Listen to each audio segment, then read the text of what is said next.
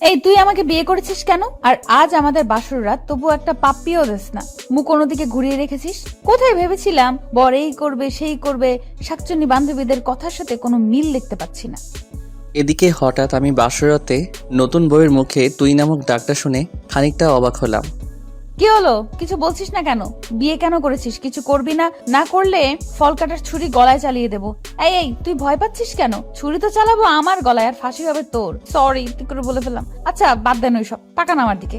আমার বুকের বাম পাশটা একটা তিল আছে। বুকের বাম পাশে তিল থাকলে নাকি বড় অনেক রোমান্টিক হয়। পিচ্ছি বউয়ের মুখে এসব কথা শুনে আমি বিস্ময়ের দৃষ্টিতে তাকিয়ে বলতে লাগলাম, মানে কি বলছেন এইসব? এইসব কি বলতে হয়? চুপচাপ ঘুমান, নইলে নিচে শুতে হবে। বয়স 15 হবে কিনা সন্দেহ আছে। কথা বলে কি এক একটা। হায় আল্লাহ, কি বলেন আপনি না আমার স্বামী? ভাবি বলেছে স্বামীর কাছে সব বলতে হয়। আচ্ছা আরো কোথায় কোথায় আছে বলবো কি? জানেন আমার না নাভির কাছে। আল্লাহ আমাকে বাঁচাও, মেয়েটা তো দেখছি আমায় পাগল বানিয়ে ছাড়বে। এই পিচ্ছি, চুপ করবে তুমি? শুনেছি বাসর ঘরে নাকি এই হয় সেই হয় স্বামী স্ত্রীর মাঝে। আপনি তো দেখছি কিছুই করছেন না, একটা কিস তো করতে পারেন। ছাই রোমান্টিক আপনি। আচ্ছা জড়িয়ে তো নিতে পারেন, তা না করে মাঝখানে কোলবালিশ দিয়ে রাখছেন কার কাছে শুনেছ? কেন? ভাবির কাছে। আর কি শুনেছ? ভাবি বলেছে স্বামী যেমন যেমন করতে বলে তেমনি করতে। ও আচ্ছা, খুব ভালো তোমার ভাবিটা। এখন তুমি ঘুমিয়ে যাও।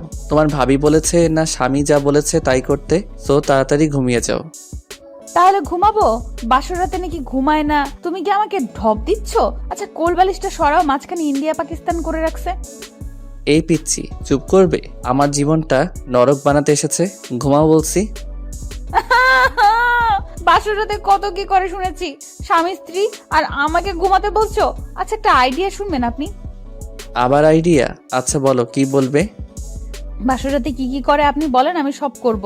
আইডিয়াটা চমৎকার না? এই কতবার বলবো আমি তোকে স্ত্রী হিসেবে মানি না? তারপরও এত প্যাস প্যাস করস কেন? আপনি না মানলে কি হবে? আমি আপনাকে মনে প্রাণে স্বামী হিসেবে মানি। বাঙালি মেয়েদের একবারই বিয়ে হয়।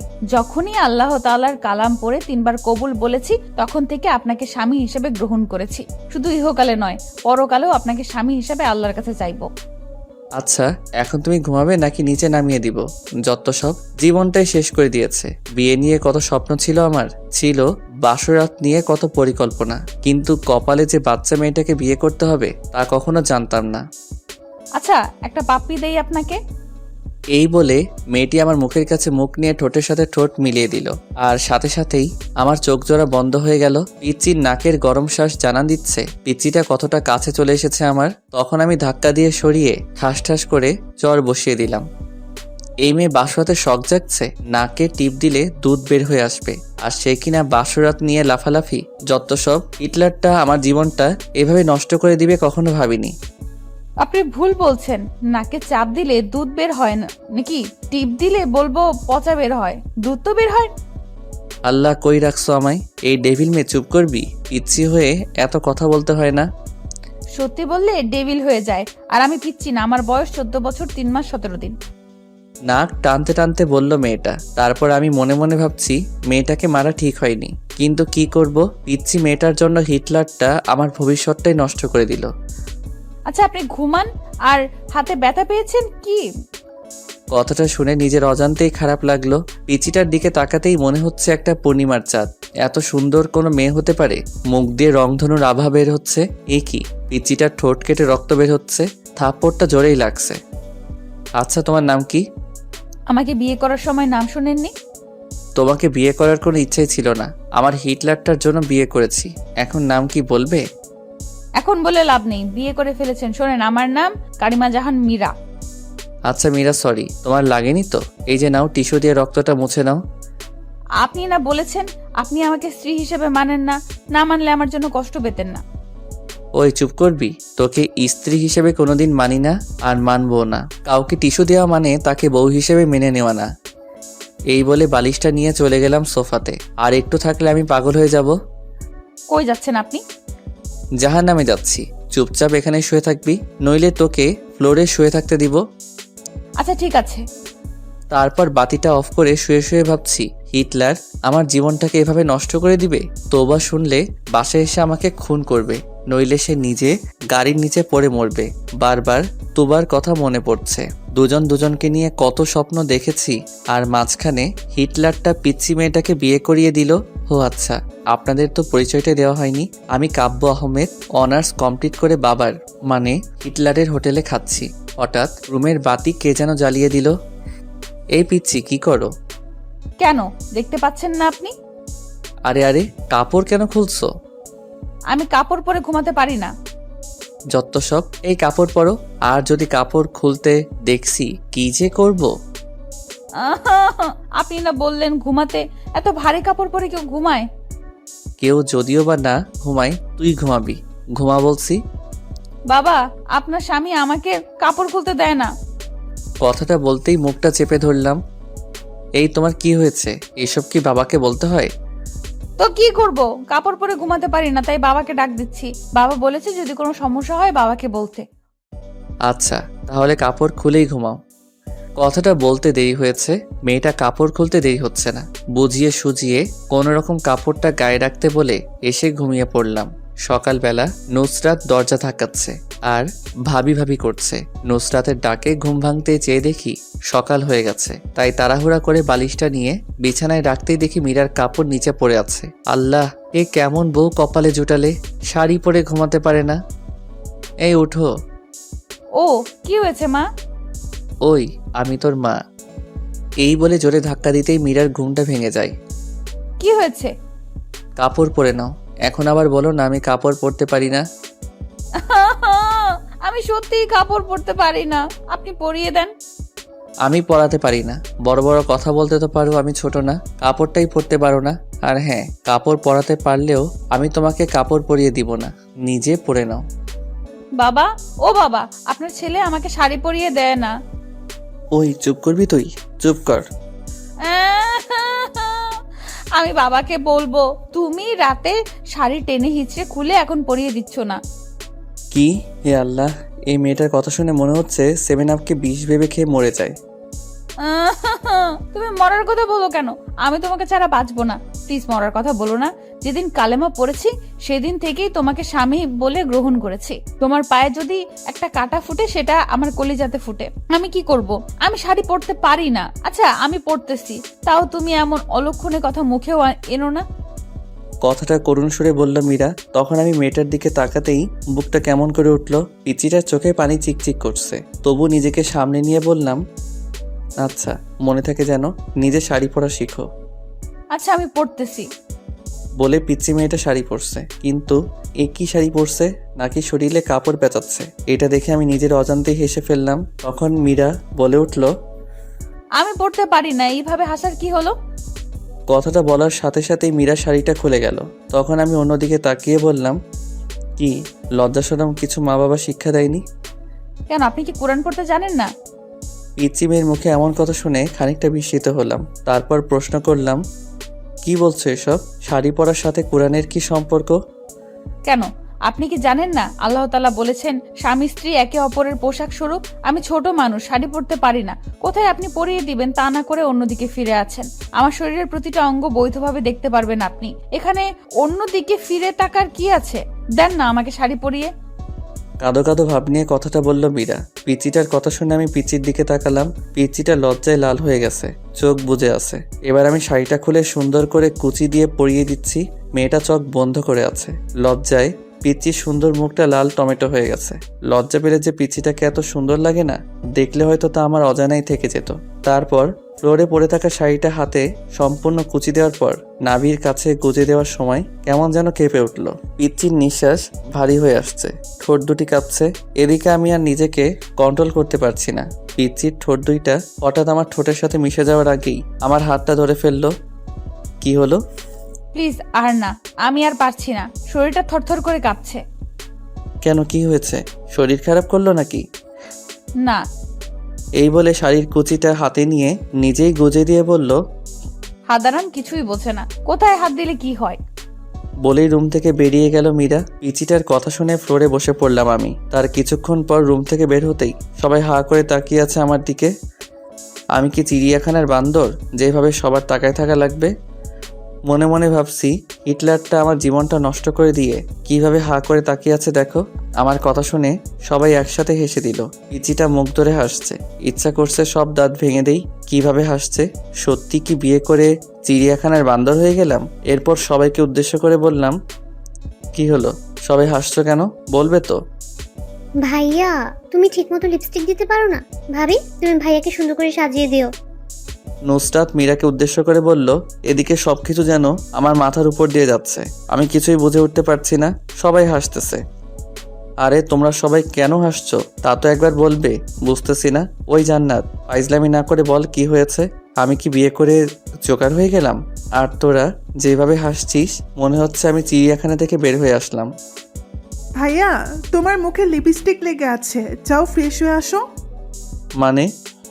রাতে পিচিটা এমন কাজ করেছে, নিজের উপর নিজেরই রাগ হচ্ছে। পিচিটাকে দেখি মিটিমিটি হাসছে আর মনে মনে ভাবছে এখন কেমন লাগে রাতে আমাকে ঠকানোর ফল। পিচিকে ঠকালে আল্লাহ বিচার করে। তারপর আমি দৌড়ে চলে গেলাম ওয়াশরুমে।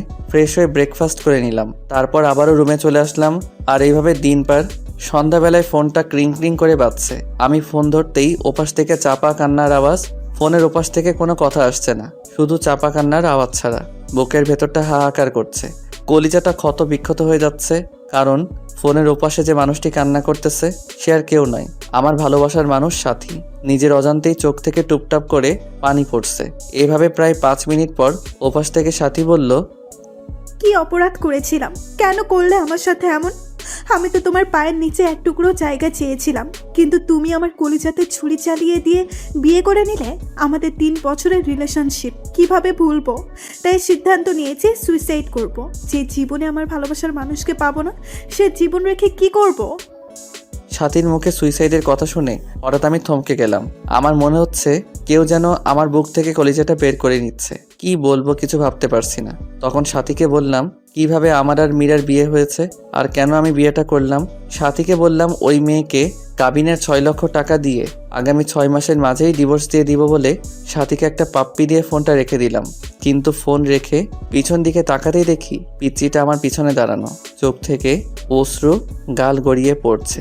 আমি ফিরে তাকাতেই দৌড়ে রুমে গিয়ে দরজা লক করে দিল। যাবার আগে বলে গেল সে এই জীবন রাখবে না। আমি যাওয়ার আগেই দরজা লক করে দিল পিচ্চিটা। খুব ভয় হচ্ছে এখন। তারপর আমি আস্তে আস্তে দরজার কাছে গিয়ে বললাম, প্লিজ আমার পিচ্চি বউ দরজা খুলো। আর অমন কথা বলবো না, খুব কষ্ট হচ্ছে, প্লিজ দরজাটা খুলো। কিন্তু পিচ্চিটা দরজা খুলছে না। তখন একবার মনে মনে ভাবলাম মা বাবাকে ডাক দেই, পিচ্চিটা যদি কিছু করে ফেলে। তারপর আমি যখনই মাকে ডাক দিব তখনই পিচ্চিটা দরজা খুলে বলল, কি বললা? আমি তোমার পিচ্চি বউ? তুমি কি করে ভাবলে আমি সুইসাইড করব? আর ওই শাকচুন্নিটা তোমার সাথে ঘর করবে? আমি তোমায় ছাড়ছি না। তবে আমি সব শ্বশুরকে বলে দিব। বলবো তুমি এক শাকচুন্নিকে বলছো যে তুমি তাকে বিয়ে করবে, আমাকে ডিভোর্স দিবে। আরে না না, তেমন কিছুই না, আমি তো মজা করছি। আমার বউটা কত কিউট। মিথ্যা গুছিয়ে বলতে হয়। আমাকে ডব দিচ্ছ, আমি বাবাকে ঠিকই বলে দিব। প্লিজ মীরা, বলো না।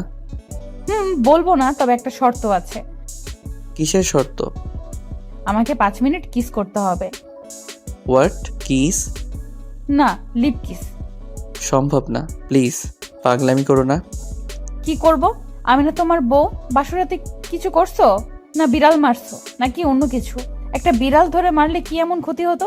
ভাবি তো বলে দিল ঠিক মতো বিড়াল মারতে। এখন আবার লিপ কিসও করতে চাচ্ছ না। আমি ছোট বলে ঠকাচ্ছ? আমি বাবাকে সব বলে দিব। বলবো যে তুমি। আচ্ছা এক্ষুনি বলছি। বাবা, ও বাবা। কথাটা বলার আগেই শত অনিচ্ছা থাকা সত্ত্বেও নিজেকে বাঁচাতে পিচ্চিটার ঠোঁটের সাথে ঠোঁট মিলিয়ে দিলাম। দেখলাম পিচ্চির চোখ জোড়া বন্ধ হয়ে আছে। পিচ্চিটা শক্ত করে জড়িয়ে ধরে আছে আমায়। আমি ছাড়াতে চেয়েও ছাড়াতে পারছি না। তখন হঠাৎ দরজার বাইরে থেকে জান্নাত ডাকছে। জান্নাত। দরজা ধাক্কা মেরে খোলার সাথে সাথেই আমি মীরাকে নিজের কাছ থেকে ছাড়িয়ে নিলাম। তারপর জান্নাত এসে বলল যে বাবা আমাকে আজ অফিস যেতে বলছে। তারপর জান্নাতকে আমি বললাম বাবাকে বলো আমি অফিস যাচ্ছি। তারপর রেডি হয়ে বাসা থেকে বের হয়েই স্বস্তির নিঃশ্বাস নিলাম। পিচিটার হাত থেকে বাঁচলাম। তখন গাড়িতে থাকা অবস্থায় একটা মেসেজ আসলো। মেসেজে লেখা ইমোতে আসো। ইমোতে গিয়ে দেখি সাথী হাত কেটে পিক দিয়েছি। সাথে সাথেই ফোন দিলাম। কতক্ষণ রিং হওয়ার পর ফোন ধরলো সাথী। এই পাগলি, এমনটা কেউ করে? আমি কাকে নিয়ে বাঁচবো? আমি যে তোমাকে ছাড়া বাঁচবো না। কি করব? তোমার বউ হয়ে তোমার বাড়িতে আমার যাওয়ার কথা ছিল। নিজের ভালোবাসার মানুষ অন্যের বুকে, যাকে নিজের থেকে বেশি ভালোবাসলাম, আর সে আমার না। কেন যে আল্লাহ তাআলা আমাকে এসব দেখার জন্য বাঁচিয়ে রেখেছে। আমি সত্যি বাঁচতে চাই না কাব্য। যে জীবনে তোমাকে পাবো না, সে জীবন রেখে লাভ কি বলো? প্লিজ সাথী, থামবে তুমি? আমার যে আর সহ্য হচ্ছে না। তুমি আজ বিকেলে প্লিজ আমার সাথে পার্কে দেখা করো। আচ্ছা, 4টায় দেখা করব। এদিকে অফিস শেষ করে 4টায় পার্কের দিকে রওনা দিলাম। পার্কে গিয়ে দেখি সাথী নীল শাড়ি পরে বসে আছে। তারপর আমিও সাথীর পাশে গিয়ে বসলাম। বাতাসে সাথীর চুল থেকে মাতাল হাওয়া আসছে। আমার বসা দেখে সাথী আমার দিকে চেয়েই কেঁদে দিল। সাথীর চোখ থেকে টুপটুপ করে পানি পড়ছে। মনে হচ্ছে আমার হৃৎপিণ্ডে রক্তক্ষরণ হচ্ছে। সাথীর কাজল কালো চোখ জোড়া চোখের পানিতে লেপ্টে যাচ্ছে। চোখগুলি ফুলে গিয়েছে। হাতের দিকে তাকাতেই কলিজাটা কেঁপে উঠল। সাথী হাতে ব্যান্ডেজ। বুঝতে বাকি রইল না যে এটা সাথীর পাগলামি। চোখ দিয়ে অনবরত পানি আসছে। কিভাবে ভুলবো 3 বছরের ভালোবাসা? এই তুমি কাঁদছো কেন? তুমি না আমার প্রাণ। আর কত কষ্ট দিবে জানো? যখন শুনেছি তোমার বিয়ে হয়ে গেছে, মনে হয়েছে প্রাণটা কেউ বের করে নিচ্ছে। কত স্বপ্ন দেখেছিলাম তোমাকে নিয়ে, সব আর শেষ। আমায় একটু বুকে নেবে? কাঁদতে কাঁদতে কথাটা বলল সাথী। সাথীর বলতে দেরি হয়েছে, পাগলামিটাকে শক্ত করে জড়িয়ে নিতে দেরি হয়নি। বুকটা কেমন যেন ভিজা ভিজা লাগছে পাগলিটার চোখের পানিতে। গায়ের শার্টটা ভিজে যাচ্ছে। পাগলিটা এমনভাবে জড়িয়ে ধরে আছে, মনে হচ্ছে ছোট্ট বাচ্চা ভয় পেলে যেভাবে আঁকড়ে ধরে থাকে সেইভাবে জড়িয়ে আছে আমায়। এভাবে কিছুক্ষণ জড়িয়ে ধরে থাকার পর বললাম, কি হলো? আর কতক্ষণ জড়িয়ে ধরে থাকবে আমায়? সবাই ফেল করে তাকিয়ে আছে আমাদের দিকে। কি করব? তোমার বুকটাকেই যে আমার ঠাই। জানো কাব্য, প্রতি রাতে স্বপ্ন দেখতাম তোমায় নিয়ে, কতটা ভালোবাসতাম তোমায়। কিন্তু আজ তুমি অনেক কাছে থেকে অনেক দূরে। কাব্য, আমার কপালে একটা চুমু দিবে? খুব কাছে পেতে ইচ্ছে করছে তোমায়, দাও না প্লিজ।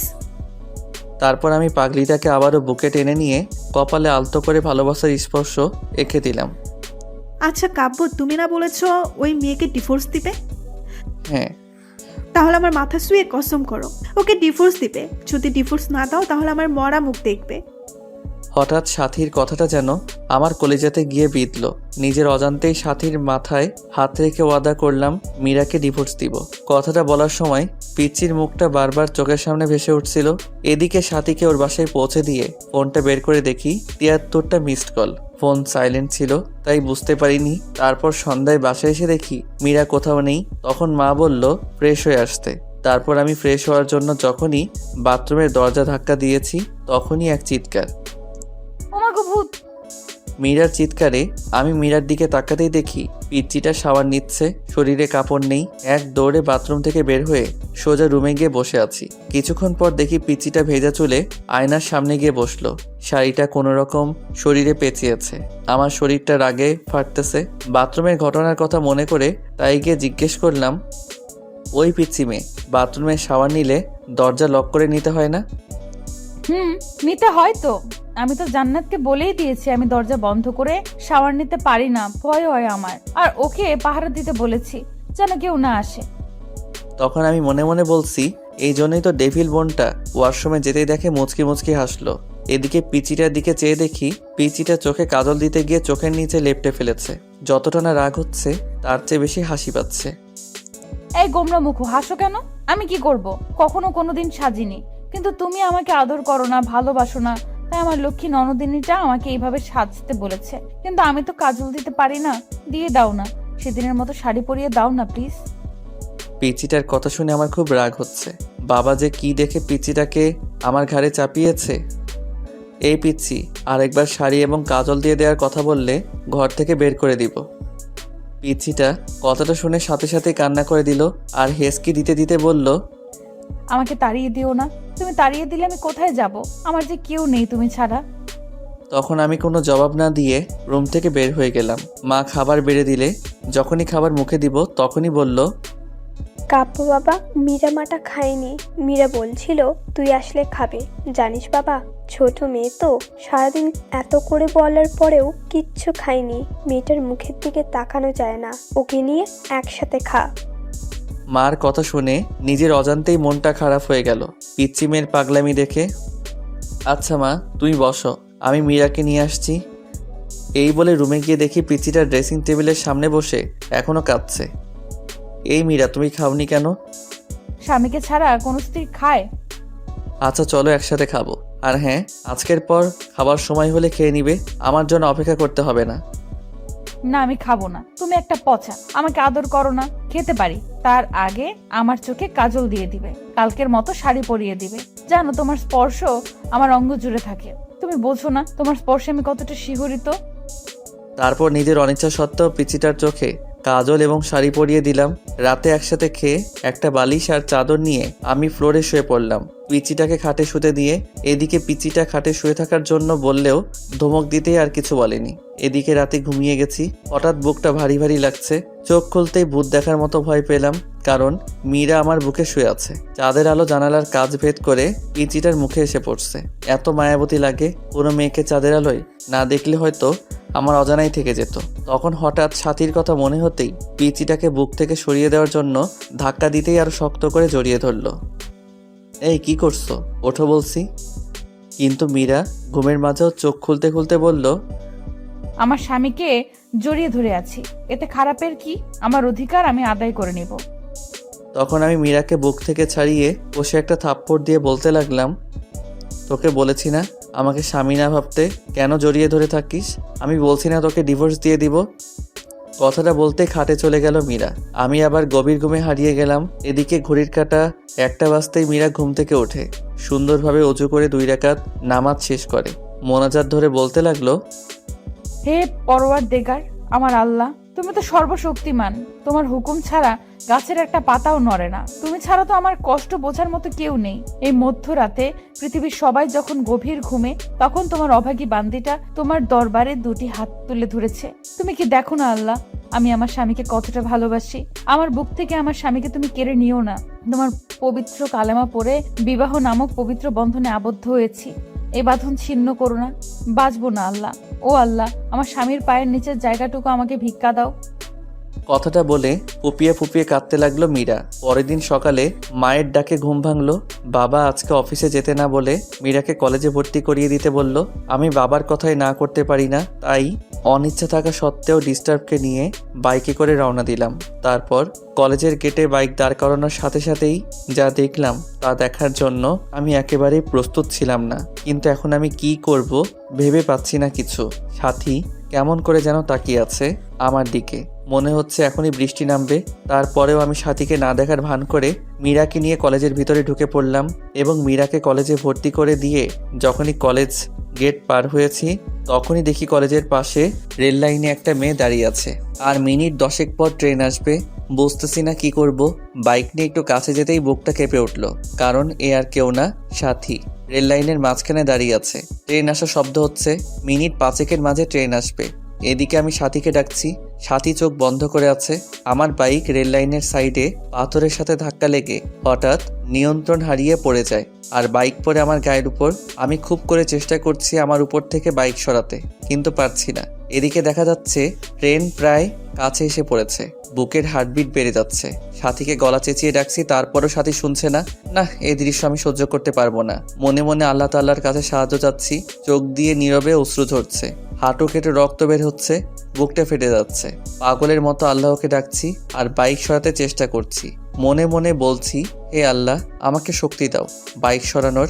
আমার হৃদয়টা রেল লাইনের মাঝে, হে পরম করুণাময়, রহম করো তোমার বান্দাকে বলেই বাইক সরানোর জন্য চেষ্টা করছি। তারপর আল্লাহর নাম নিয়ে বাইকে জোরে একটা ধাক্কা দিতেই বাইকটা সরে যায় আমার উপর থেকে। এদিকে ট্রেন প্রায় সাথীর কাছে এসে পড়েছে। আমি তখন দৌড়ে গিয়ে সাথীকে রাস্তা থেকে সরিয়ে তাড়াতাড়ি করে বুকে জড়িয়ে নিলাম। সাথী কাঁদছে। এদিকে এখন আমার হাঁটু থেকে রক্ত বের হচ্ছে।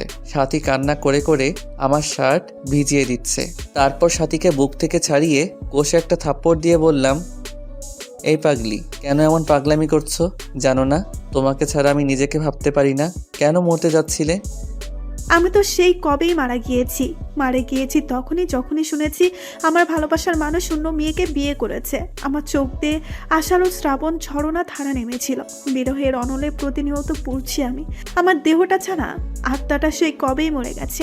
জানো, আজ যখন তোমার বাইকের পেছনে ওই মেয়েটাকে দেখলাম, কলিজাটা ফেটে যাচ্ছিল আমার। মনে হচ্ছে দম বন্ধ হয়ে মারা যাব। কাব্য, আমি তোমার পাশে অন্য কাউকে সহ্য করতে পারি না। কি করব?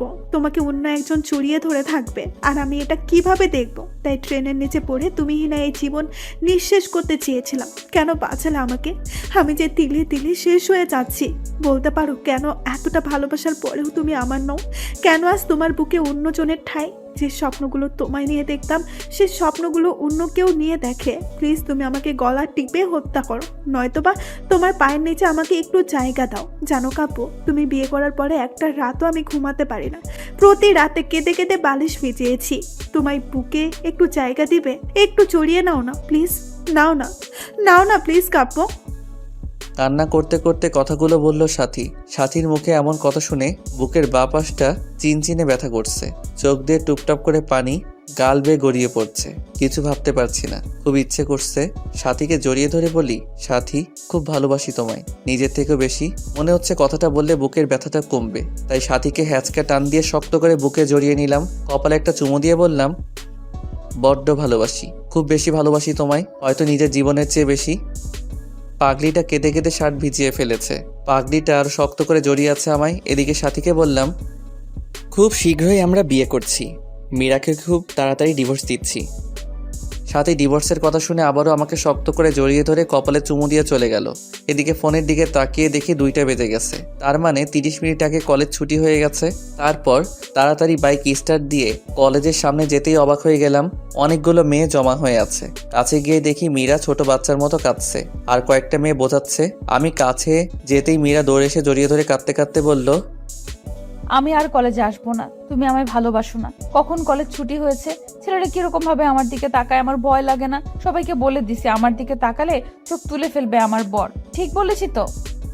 এদিকে মীরার কথা শুনে সবাই হাসছে মুখ ধরে। পাশ থেকে একটা মেয়ে বলে ফেললো, ভাইয়া, পৃথিবীতে খুব কম ছেলে আপনার স্ত্রীর মতো বউ পায়। একটা মেয়ে যে স্বামীকে এত ভালোবাসতে পারে। সারাটা দিন ক্লাসের মাঝে আপনার কথাই বলেছে। আপনি নিতে আসতে দেরি করছেন বলে ছোট ছোট বাচ্চা মেয়ের মতো কাঁদছে, হাসিও পাচ্ছে আবার কান্নাও আসছে।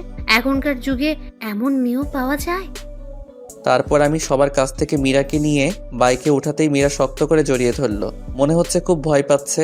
তারপর মীরাকে নিয়ে বাসায় আসার পর মাকে কান্না করে করে সব বলল। এদিকে রাগে আমার শরীরটা ঘ্যান ঘ্যান করছে। তারপর দুপুরে খেয়ে বন্ধুদের সাথে আড্ডা দিতে চলে গেলাম। আড্ডা দেওয়া শেষ করে রাত 9টার সময় ফোন বের করে দেখি বাবা 5বার ফোন দিয়েছে। অন্যদিকে মীরার নাম্বার থেকে 100+ ফোন এসেছে। তখন তাড়াহুড়ো করে বাসায় গিয়ে দেখি বাবা দরজায় দাঁড়িয়ে আছে। বাবার সামনে যেতেই বাবা বলল, ঘরে নতুন বউ রেখে বাইরে কোন ছেলে থাকে? আর যদি এমন হয় আমার বাড়ি থেকে বের হয়ে যাবি। তখন আমি কিছু না বলে রুমে গিয়ে শুয়ে পড়লাম। কিছুক্ষণ পর দেখি মীরা আমাকে ডাকছে। এই ডাকতেছ কেন, কি হয়েছে? তুমি খাবে না? বাবা খুব বকা দিয়েছে তাই না? এই নাও, হা করো, আমি খাইয়ে দেই। মীরা কথাটা বলে মুখের কাছে খাবার তুলে দিতেই একটা থাপ্পড় বসিয়ে দিলাম। সাথে সাথে খাবারের প্লেটটা ফোড়ে ফেলে দিলাম। তারপর বললাম, এই তুই কি চাস? আমার জীবনটা তো নরক বানিয়ে দিয়েছিস। আমার বুক থেকে আমার ভালোবাসার মানুষটাকে সরিয়েছিস। এখন আমার বাবার কাছ থেকে আমাকে দূরে সরিয়ে আমার সমস্ত সম্পদ তোর করার প্ল্যান করছিস। আমি তোকে এই মাসে ডিভোর্স দিব। একদমই কথাটা বলে নিলাম। তাকে দেখলাম মীরার ঠোঁট কেটে রক্ত বের হচ্ছে। জানো, তোমার সাথে খাবো বলে আমি এখনো খাইনি, ক্ষমা করে দিও প্লিজ। এতিম তো, এতিমখানায় বড় হয়েছি আমি, তাই বাবা মার আদর পাইনি। তোমার বাবা মাকে নিজের বাবা মা করে নিয়েছিলাম, শুধু ভালোবাসা চেয়েছিলাম আর কিচ্ছু না। এতিম হয়ে জন্ম নিলেও সম্পদের প্রতি কোনো মোহ নেই আমার। আমি মীরার দিকে চেয়ে দেখি মীরা কাঁদছে, চোখগুলি লাল হয়ে গেছে। ন্যাকা কান্না দেখে শরীরটা রাগে ফেটে যাচ্ছে। দু নয়নে দেখতে মন চাচ্ছে না মীরাকে। এই এতিম মেয়েটার জন্যই আজ সাথী মরতে বসেছিল। এই তুই এখানে কাঁদবি না প্লিজ, তোর অলক্ষণে চেহারা নিয়ে আমার চোখের সামনে থেকে দূর হয়ে যা প্লিজ। কথাটা বলে শুয়ে পড়লাম। এদিকে মীরা সুন্দর করে উজু করে শ্বশুরের দেওয়া কুরআনটা পড়ে নামাজে দাঁড়িয়ে গেল। নামাজ শেষ করলো কেঁদে কেঁদে। নামাজ শেষ করে আজকেও মোনাজাত ধরে আল্লাহর কাছে অনেকক্ষণ কাঁদলো। তারপর মোনাজাত শেষ করে রুমে গিয়ে শুয়ে পড়লো। ফজরের নামাজের আজান শুনে ঘুম ভাঙতে আমি অবাক হলাম। মীরা মেয়েটাকে রাতে এত বকা দেওয়ার পরেও আমাকে জড়িয়ে ধরে শুয়ে আছে। মন চাচ্ছে ধাক্কা দিয়ে ফেলে দেই। এ কি হচ্ছে, ওঠো। আর একটু ঘুমাই। এই বলে আরো শক্ত করে জড়িয়ে ধরলো। এখন আমার ধৈর্যের বাঁধ ভেঙে যাচ্ছে। জোরে একটা ধাক্কা দিয়ে বিছানা থেকে ফেলে দিলাম। আহ করে চিল্লানি দিয়ে উঠল মীরা।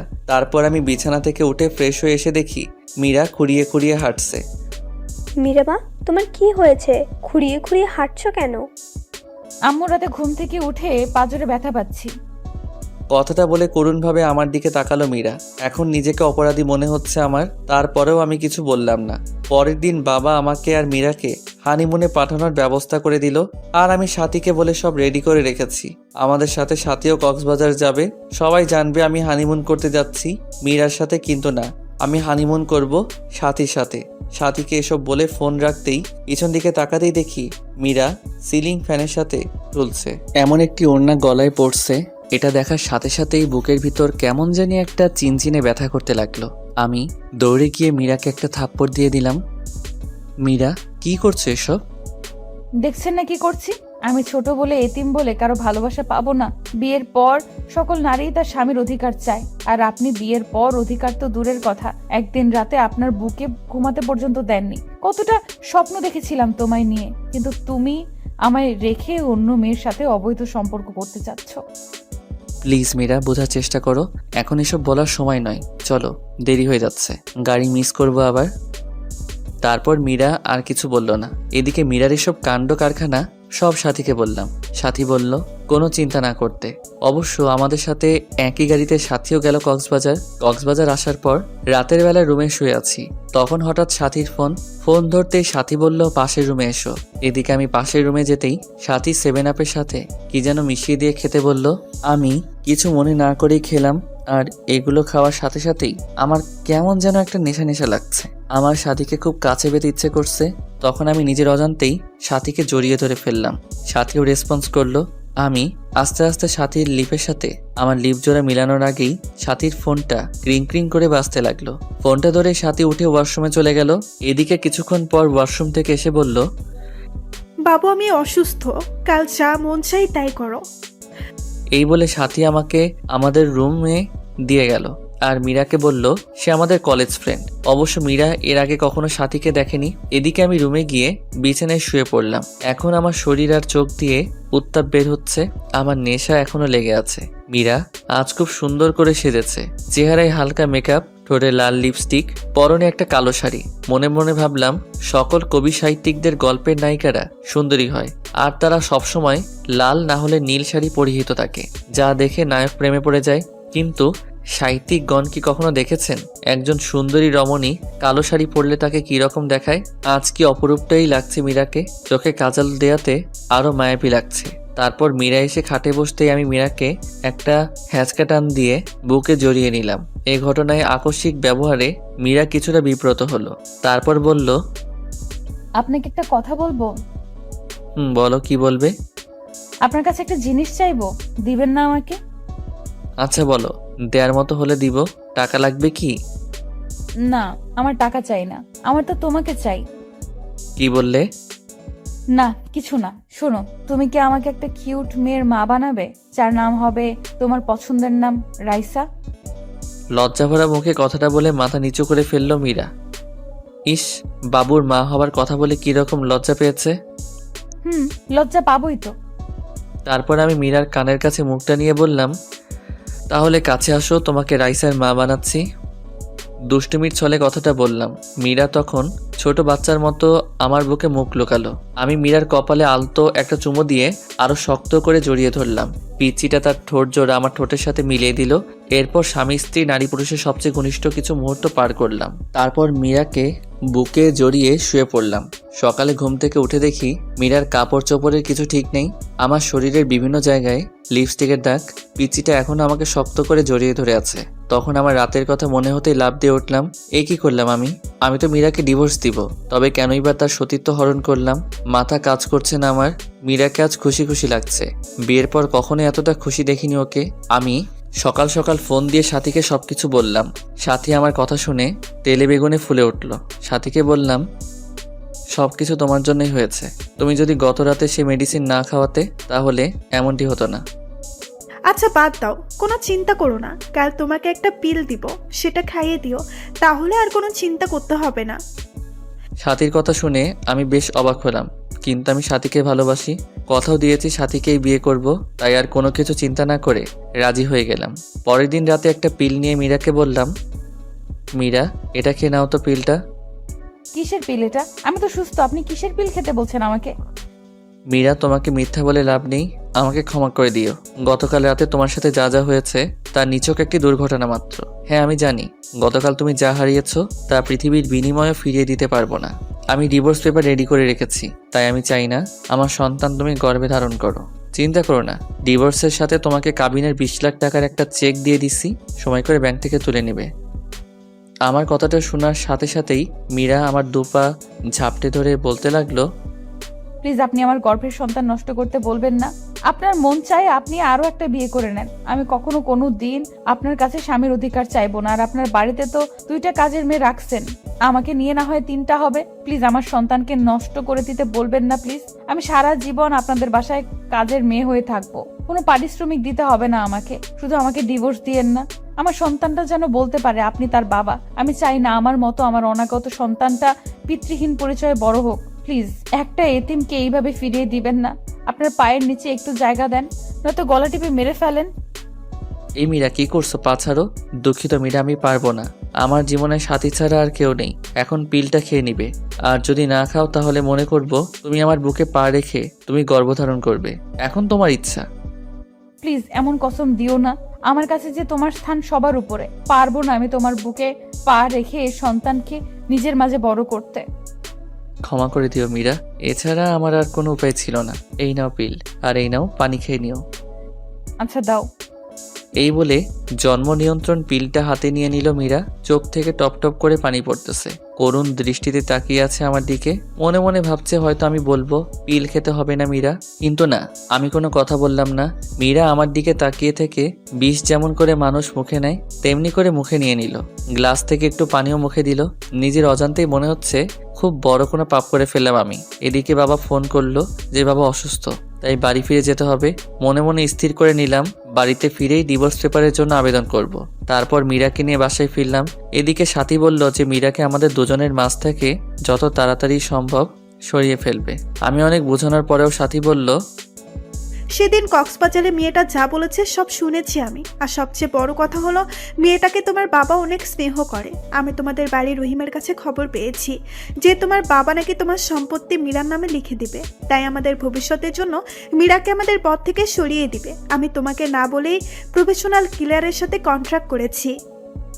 না সাথী, এ হতে পারে না। আমাদের ভালোবাসার জন্য একটা নিষ্পাপ জীবনকে হত্যা করব না সাথী, এটা করা ঠিক হবে না। বাবু দেখো, আমিও চাই না, কিন্তু আমার মনে হয় না তোমার বাবা কখনো মীরা বেঁচে থাকতে আমাকে মেনে নিবে। আর তোমাকে না পেলে আমি বাঁচবো না, সত্যি মরে যাবো। তুমি আমার নিঃশ্বাস, তুমি আমার বিশ্বাস, আমার প্রাণ। জানো, তুমি মীরাকে বিয়ে করার পর আমি একটি রাতও শান্তিতে ঘুমাতে পারিনি। এতটা ভালোবাসার পরেও কেন আল্লাহ তোমার আর আমার মাঝে এত বড় দেওয়াল তুলে দিল? প্লিজ তুমি আমাকে খুন করে ফেলো, নয়তো আমাকে তোমার বুকে টেনে নাও। তোমার বুকটাই যে আমার শেষ ঠিকানা, তোমার বুকেই আমি শেষ নিঃশ্বাস ত্যাগ করতে চাই। প্লিজ কান্না করো না। আমি সব সইতে পারি, কিন্তু তোমার কান্না সহ্য করতে পারি না। তোমাকে যে বড্ড ভালোবাসি, কিন্তু আমাদের ভালোবাসার জন্য একটা নিষ্পাপ জীবনকে কেমনে সরিয়ে ফেলি? আল্লাহ কি ক্ষমা করবে আমাদেরকে? জানি এটা অন্যায়, কিন্তু এছাড়া আমাদের আর কোনো উপায় নেই। কথাটা বলেই আমার হাতটা নিয়ে সাথীর গলা চেপে ধরে মেরে ফেলতে বলল। প্লিজ কিল মি, আমাকে গলা চেপে মেরে ফেলো কাব্য। আমি তোমাকে ছাড়া বাঁচতে পারবো না। জানো কাব্য, মেয়েরা সব কিছুর ভাগ দিতে পারলেও তবে একটা ভাগ কখনো কাউকে দিতে পারে না, আর তা হলো তার ভালোবাসার ভাগ। বিশ্বাস করো, আমার একদম সোচা হয় না মীরাকে। যে বুকে আমার থাকার কথা সে বুকে অন্য একটা মেয়ে থাকে। যে স্বপ্ন আমি তোমাকে নিয়ে দেখেছি সে স্বপ্ন পূরণ করছে অন্য একটা মেয়ে। কাব্য প্লিজ, আমাকে তুমি হত্যা করতে পারবে না, পারবে না তোমার সেই স্ত্রী মীরাকেও হত্যা করতে, কিন্তু তোমাকে আমায় হত্যা করতে হবে। তুমি না আমি এই জীবন দিয়ে কি করব? কথাটা বলে কাঁদতে কাঁদতে ব্লেড দিয়ে হাতে পোজ দিয়ে দিল সাথী। সাথে সাথে হাত থেকে ফিরকি দিয়ে রক্ত বের হতে লাগলো। সাথীর চোখ দিয়ে টুপ টুপ করে পানি পড়তে লাগলো। সাথীর রক্ত দেখে আমার নিজের কলিজাটা ফেটে যাচ্ছে। ঠাস করে একটা চড় বসিয়ে দিলাম সাথীর গালে। আমার থাপ্পড় খেয়ে ফুপিয়ে কাঁদতে লাগলো সাথী। তারপর আমি শক্ত করে জড়িয়ে ধরলাম সাথীকে শক্ত করে জড়িয়ে ধরে বলতে লাগলাম, কেন এইভাবে পাগলামো করছো? তোমাকে ছাড়া আমি কেমনে বাঁচবো? মীরাকে তাহলে খুব শীঘ্রই আমাদের মাঝ থেকে সরিয়ে আমার ময়না পাখিটাকে আপন করে নিব। কথাটা বলার সময় বুকের ভেতর একটা চাপা কান্নার আওয়াজ পেলাম। তারপর সাথীকে আমি ছেড়ে দিয়ে সাথীর কপালে একটা ভালোবাসার স্পর্শ এঁকে দিলাম। সাথীকে বাসায় ড্রপ করে বাসায় আসতেই দেখি মীরা খাবার নিয়ে বসে আছে। রাত প্রায় 10টা। আমি কিছু না বলে শুয়ে পড়লাম। আপনি খাবেন না? কিছু খেয়েছেন? মন খারাপ আপনার? হ্যাঁ, বাহির থেকে খেয়ে এসেছি। আর হ্যাঁ, মন খারাপ আমার, আর তার কারণ তুই। কথাটা বলার পর পিচিটার দিকে তাকিয়ে দেখি পিচি কাঁদবে কাঁদবে ভাব। তখন আমি কম্বলটা টান দিয়ে শুয়ে পড়লাম। মাঝরাতে হঠাৎ ঘুম ভাঙতেই দেখি কেউ একজন শক্ত করে জড়িয়ে রেখেছে আমায়। চোখ খুলে দেখি পিচিটা আমার বুকে। চাঁদের আলো পিচিটার মুখে এসে পড়ছে, চুলগুলো রং পাল্টাচ্ছে। হঠাৎ নিচের দিকে তাকাতেই চোখ কপালে উঠলো আমার। পিচিটা শাড়ি খুলে নিচে ফেলে দিয়েছে। আমি জানি মীরা শাড়ি পরে ঘুমাতে পারে না, কিন্তু 3 পিস তো পরে ঘুমায়, তাহলে আজ ইচ্ছা করেই এমন করছে। তবে পিচিটাকে আজ এত সুন্দর লাগছে যা অকল্পনীয়। মাথার চুলগুলো কপাল পেরিয়ে মুখে এসে পড়ছে। মন চাচ্ছে ফু দিয়ে চুলগুলো কপাল থেকে সরিয়ে আলতো করে মীরার কপালে ভালোবাসার পরম স্পর্শ এঁকে দেই। কিন্তু এ কি, আমার গায়ে লিপস্টিকের দাগ। মনে মনে ভাবছি আজ মনে হয় পুরুষ ধর্ষণ করেছে। আমার বুকে লিপস্টিকের দাগ দেখে বিস্মিত হলাম। মীরার ঠোঁটের দিকে তাকিয়ে দেখি ঠোঁটে এক বিন্দু লিপস্টিকও নেই। মনে মনে ভাবছি পিচিটা কি সর্বনাশ করছে। তবে আজ কেন পিচিটাকে এত সুন্দর লাগছে। মন চাচ্ছে সারা জীবনের জন্য আপন করে নেই। হয়তো মীরার সৃষ্টি হয়েছে আমার জন্য, কিন্তু না, আমার বুকে সাথী ছাড়া কারো জায়গা নেই। আমার মন প্রাণ জোরে শুধুই সাথী। তাই মীরাকে কয়েকবার ডাক দিলাম, কিন্তু সে উঠলো না। তাই জোরে ধাক্কা দিতেই চোখ কসলিয়ে কসলিয়ে উঠলো। তখন আমি বললাম, কি ব্যাপার, আমার গায়ে লিপস্টিকের দাগ কেন? আর তুমি কেন আমার বিছানায় শুয়েছ? আমার না খুব ভয় করছিল, আর রাতে আমি কিছুই করিনি, সব আপনি করেছেন। আমি তো আপনার সাইডে ঘুমিয়েছিলাম, আপনি জোর করে বুকে টেনে নিয়েছেন আমাকে। আপনাকে মনে করেছিলাম এমনি অনেক ভালো, কিন্তু ঘুমের ঘোরে আপনি যে এত ডেভিল। না, ডেভিল না, শুধু ডেভিলের বস। আমাকে লিপ কিস করেছেন, ঘাড়ে কিস করেছেন, বুকেও কিস। এই চুপ অসভ্য মেয়ে। আর কিছুক্ষণ পর বলবে আমার নাভিতে আরো কত জায়গায় করেছি, বলতে হবে না। আপনি ঘুমাননি তাহলে? সব জেগে থেকে ইচ্ছে করেই করেছেন। এই পিচ্চি চুপ করবে? মিথ্যা বলতে লজ্জা করে না? তোমার শাড়ি কে খুলেছে? শাড়ি কেন খাটের নিচে ফেলে রেখেছো? শাড়ি পরতে পারো না? বিয়ে বসেছো কেন? আমি না হয় শাড়ি পরতে পারি না, নিজে তো লুঙ্গিটাও পরতে পারো না, আবার অন্যকে শাড়ি পরার কথা বলে। পিচিটার কথা শুনে নিজের দিকে তাকাতেই চোখ বন্ধ করে ফেললাম। চাদরটা গায়ে জড়িয়ে কষে একটা থাপ্পড় দিয়ে দিলাম মীরাকে। থাপ্পড়টাকে মাটিতে পড়ে গেল মীরা। আমার রাগ চরমে উঠে গেছে। রাগের মাথায় বলতে লাগলাম, এই তুই মরতে পারিস না? আমার জীবনটাকে তো নষ্ট করে দিয়েছিস। তোকে জন্ম দিয়ে তোর মা বাবাকে খেয়েছিস, এখন আমাকেও খাবি নাকি? আর তোকে না বলছি আমি তোকে ডিভোর্স দিয়ে দিব? তারপরও কেন আমার বিছানায় আসিস? আরেকদিন যদি আমার বিছানায় আসিস তাহলে প্রয়োজনে তোকে খুন করে তারপর জেলে যাব। দুঃখিত, আপনাকে আমি খুব কষ্ট দিয়েছি, তাই না? আপনার কোথাও লাগেনি তো? আপনার হাতে কি ব্যথা পেয়েছেন? জানেন আল্লাহ কেন যে আমাকে বাঁচিয়ে রেখেছে? ছোটবেলায় অনাথ আশ্রমে বড় হয়েছি, দেখিনি মায়ের মুখ কখনো। মা ডাকটাও কখনো ডাকতে পারিনি বাবার কাছে আবদারের সুরে কিছু চাইতে। কখনো বাবার কাঁধে চড়ে ঘুরতে পারিনি, পারবোই বা কিভাবে? বাবাকে তো কখনোই দেখিনি। আর এখন আসছি আপনাকে জ্বালাতে। জানেন আত্মহত্যা মহাপাপ, সেজন্যই হয়তো বেঁচে আছি। তা না হলে কখনোই আপনার পথের কাটা হতাম না। আপনার বাড়ির দাসী করে রেখে দিয়েন, পারিশ্রমিক হিসেবে সকাল বিকাল রাতে এভাবে থাপ্পড় দিয়েন, তবুও তো দাসী হয়ে আপনার হাতের স্পর্শটা পাবো। আর বিছানায় আসি, কি করব? ভয় পাই তো, তাই আপনার বুকটাকে নিরাপদ মনে করে শুয়েছিলাম। ক্ষমা করে দিবেন এই এতিমটাকে। নিচের দিকে তাকিয়ে কথাগুলো বলতেছিল, আর চোখ থেকে আষাঢ় শ্রাবণ ঝর্ণাধারায় মতো জল গড়িয়ে পড়ছে মীরার চোখ থেকে। পিচিটার কথা শুনে নিজের কাছেই খুব খারাপ লাগছে। এভাবে মারাটা ঠিক হয়নি। সবচেয়ে খারাপ লাগছে যখন দেখলাম পিচিটার ঠোঁট কেটে রক্ত পড়ছে। পরের দিন মা বাবা জান্নাতকে নিয়ে নানি বাড়ি চলে গেলে সাথীকে ফোন দিলে সাথী বাড়িতে চলে আসে। এদিকে সাথী আজ পিঙ্ক কালারের একটা শাড়ি পরেছে, হালকা লিপস্টিকের সাথে চুলগুলো ছেড়ে দিয়েছে। সাথী আসলেই সাথীকে নিয়ে বেডরুমে ঢুকে পড়ি। মীরা অবাক নয়নে তাকিয়ে আছে, চোখটা ছলছল করছে। মনে হচ্ছে কখন জানি বৃষ্টি নামবে। কি হলো, দরজায় দাঁড়িয়ে আছো কেন? আজ তুমি জান্নাতের রুমে থাকবে, আজ রাতে আমাদের এই রুমে আসবে না বিরক্তি করতে। আর হ্যাঁ, আমাদের দুজনের জন্য খাবার দিয়েছেও। আমার কথার উত্তরে মীরা আমার মুখের দিকে তাকিয়ে মাথা নাড়িয়ে হ্যাঁ সূচক জবাব দিল। তারপর মীরা চলে গেল। সাথী এসে আমাকে জড়িয়ে ধরে বলতে থাকে, কবে যে পাবো তোমায় সারা জীবনের জন্য? কবে তোমার বুকে মাথা রেখে ঘুমাবো? এদিকে হঠাৎ করে আমার হাতটা সাথীর স্পর্শকাতর জায়গায় চলে গেল। সাথীর নিঃশ্বাস ভারী হয়ে আসছে, ঠোঁট জোড়া আকর্ষণ করছে মিশে যাওয়ার। আমার ঠোঁট যখন সাথীর ঠোঁট জোড়াকে আবদ্ধ করে ফেলবে, ঠিক তখনই মীরা খাবার নিয়ে রুমে ঢুকে পড়ে, কোনো প্রকার নক না করে। সাথে সাথে আমি সাথীকে ছেড়ে দেই। তারপর মীরার দিকে তাকিয়ে বুঝতে পারলাম মীরা কাঁদছে। মীরা হয়তো কখনো ভাবিনি আমি এতটা নিচে নেমে যাব, কিন্তু মীরা জানতো না আমার কলিজার টুকরা হচ্ছে সাথী। সাথী আমার জীবন মরণ, আমার ভালোবাসা সব সাথীর জন্য। তারপর মীরা খাবার রেখে চলে গেল। মীরার চোখ দিয়ে পানি পড়ছে, এটা স্পষ্ট দেখা গেল। তারপর সাথী আর আমি খাওয়া দাওয়া করে সাথীর সাথে গল্প করতে করতে কখন যে আমি তার সাথে ঘুমিয়ে গেলাম ঠিক খেয়াল নেই। অবশ্য রাত্রে আমি সাথীর সাথে ফিজিক্যালি রিলেশন করতে চাইলে ও সাথী বিয়ের পরের কথা বলে। তারপর আমরা দুজন মিলে সিদ্ধান্ত নিয়েছি 1 সপ্তাহ পর বিয়ে করব, তাই আর জোর করিনি। এদিকে মাঝরাতে কারো চাপা কান্নার আওয়াজে ঘুমটা ভেঙে যায়। চোখ খুলতেই দেখি সাথী আমার বুকে। সাথীকে বুক থেকে সরিয়ে কান্নার আওয়াজ কোথায় থেকে আসছে তা দেখার জন্য রুমের বাহিরে বের হতেই যা দেখলাম তা দেখার জন্য আমি একেবারেই প্রস্তুত ছিলাম না। আমি রুম থেকে বের হতেই দেখলাম পাশের রুমে মীরা জায়নামাজে বসে আছে। মীরাকে দেখে মনে হচ্ছে মোনাজাত ধরে আছে। মাঝে মাঝে ফুপিয়ে কান্নার আওয়াজ আসছে রুম থেকে। আমি আর একটু কাছে যেতেই শুনলাম মীরা মোনাজাতে বলছে, হে আল্লাহ, আমার পরম করুণাময় আল্লাহ, তোমার দরবারে 2টি হাত তুলে ধরেছি। আল্লাহ, শুনেছি মাঝরাতে নাকি তুমি প্রথম আসমানে এসে বান্দাদের ফরিয়াদ শুনো। আচ্ছা আল্লাহ, আমি এতিম বলে কি আমার ফরিয়াদ শুনবে না? জানো আল্লাহ, দুনিয়াতে মানুষ কষ্ট পেলে বাবা মাকে বলে, তুমি তো আমার বাবা মাকে উঠিয়ে নিয়েছো। তুমি ছাড়া যে আসমানের উপরের জমিনের নিচে আমার আর কেউ নেই। হে আল্লাহ, শুনতে পাচ্ছ কি আমার কথা? দুনিয়াতে সন্তান কান্না করে দিলে মা দৌড়ে আসে, সন্তানকে কোলে তুলে নিয়ে গালে মুখে চুমু দিয়ে বলে, কি হয়েছে আমার লক্ষ্মী সোনা, কাঁদে না। হে আল্লাহ, তুমি তো দুনিয়ার মায়েদের চেয়ে লাখো কোটি গুণ তোমার বান্দাদের বেশি ভালোবাসো। তুমি তো সব দেখো। হে মাবুদ, আমার স্বামী আজ অন্যের বুকে শুয়ে আছে, আমার কলিজাটা ফেটে যাচ্ছে। আল্লাহ, আমার মা বাবাকে তুমি তোমার কাছে নিয়ে নিলে, আমায় কেন রেখেছো? আমাকে কষ্ট দিতে তোমার যদি এতই ভালো লাগে তাহলে দাও আরো কষ্ট। আল্লাহ, আমি যা সইতে পারছি না।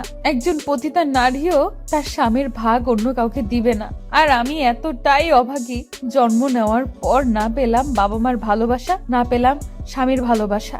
আজ আমার স্বামী আমাকে বের করে দিয়ে অন্য মেয়ের সাথে রাত্রি যাপন করছে। হে আল্লাহ, আর কত কাঁদবো? কত কাঁদলে তোমার রহমতের সাগরে টান লাগবে? আর কত অশ্রু বিসর্জন দিলে তোমার আরশ কুরসি কেঁপে উঠবে? কত কাঁদলে তোমার রহমান আর রহিম নামের দয়ার সাগরে টান লাগবে? তুমি না বলেছো এতিমদের অভিভাবক তুমি? তুমি না বলেছো যার কেউ নেই তার তুমি আছো? আল্লাহ, এতিম মানুষের চোখের পানি তোমার দেখতে কি খুব বেশি ভালো লাগে? আর যে আমি পারছি না। হে রহিম, রহমান আমার আল্লাহ, আমার স্বামীকে আমার করে দাও। আমার স্বামীকে তোমার জান্নাতে নিয়ে একসাথে থাকতে চাই। ও আমার আল্লাহ, তোমার এতিম গুনাহগার বান্দি কাঁদে, তুমি দেখো না গো আল্লাহ, কষ্ট দিবে দাও, আরো দাও। আমার স্বামীকে আলাদা করে দিও না, আমার বেঁচে থাকার অবলম্বন কেড়ে নিও না। হে আল্লাহ, আমার স্বামী আমাকে এত মারে, এত কষ্ট দেয়। তুমি তো দেখেছো, আমাকে 3বার থাপ্পড় দিয়েছে, 3বারই আমার ঠোঁট কেটে রক্ত বাহির হয়ে গিয়েছে। ও আমার আল্লাহ, তুমি আমার স্বামীর উপর গজব দিও না। আল্লাহ, আমি কিন্তু খুশি আছি, তবু তুমি রাগ করো না। আমাকে মেরেছে আল্লাহ, তোমায় কিন্তু মারেনি আল্লাহ। আমি কিন্তু খুশি আছি, তুমি রাগ করো না। আমার স্বামীকে তুমি হেদায়েত দাও আল্লাহ, তুমি আমার স্বামীকে হেদায়েত দাও, গজব দিও না। আমার স্বামীর বুকে শেষ নিঃশ্বাস ত্যাগ করার তৌফিক দান করো আল্লাহ। তোমার এতিম গুনাহগার বান্দির এই ফরিয়াদ রেখে তোমার দরবার থেকে হাত নামাচ্ছে আল্লাহ, আমিন। এদিকে দরজার উপাস থেকে মীরার মোনাজাত শুনে নিজের অজান্তেই চোখের পানি এসে গেল। পিছন দিকে তাকিয়ে দেখি সাথী দাঁড়িয়ে আছে। কাপু, তুমি এখানে? আর আমি তোমাকে সারা বাড়ি খুঁজতেছি। এই, তুমি কাঁদছো কেন? কথাটা বলে সাথীও কান্না করে দিয়ে বলল, কাপু, কখনো আমায় ছেড়ে যাবে না তো? আমি ভয়ানক একটা স্বপ্ন দেখলাম তোমায় নিয়ে। তুমি যদি কখনো আমাকে ছেড়ে চলে যাও তাহলে ফল কাটা ছুরি নিয়ে বসি, এটা আমি আমার গলায় চালিয়ে দিব। তুমি আমাকে ছেড়ে যাওয়ার আগে আমাকে খুন করে আমার লাশের উপর দিয়ে যাবে। এদিকে সাথী আমাকে জড়িয়ে ধরে কাঁদতে লাগলো। আমিও শত অনিচ্ছা সত্ত্বেও সাথীকে বাহুডোরে আবদ্ধ করে নিলাম। সাথী কান্না করতে করতে শার্ট ভিজিয়ে ফেলছে। তারপর সাথীকে ছাড়িয়ে বললাম, ভয় পেও না, তোমাকে ছেড়ে কোথাও যাব না। তাহলে আমার মাথা ছুঁয়ে প্রমিস করো আমাকে ছেড়ে যাবে না। সাথীর কথাটা শুনে আমার হাতটা কাঁপছে। আমার চোখে বরাবর পিচিটার মায়াবী চেহারাটা ভেসে উঠছে। চোখ দিয়ে নিজের অজান্তে পানি আসতে লাগলো। কি করব কিছু বুঝতে পারছি না। জীবনটা এমন কেন? জীবনে কখনো 1000 বছর বেঁচে থাকার ইচ্ছা জাগে, আবার কখনো এক মুহূর্তের জন্য নয়। ওই কাব্য, তুমি আমার মাথা ছুঁয়ে প্রমিস করবে না, কখনো আমায় ছেড়ে যাবে না।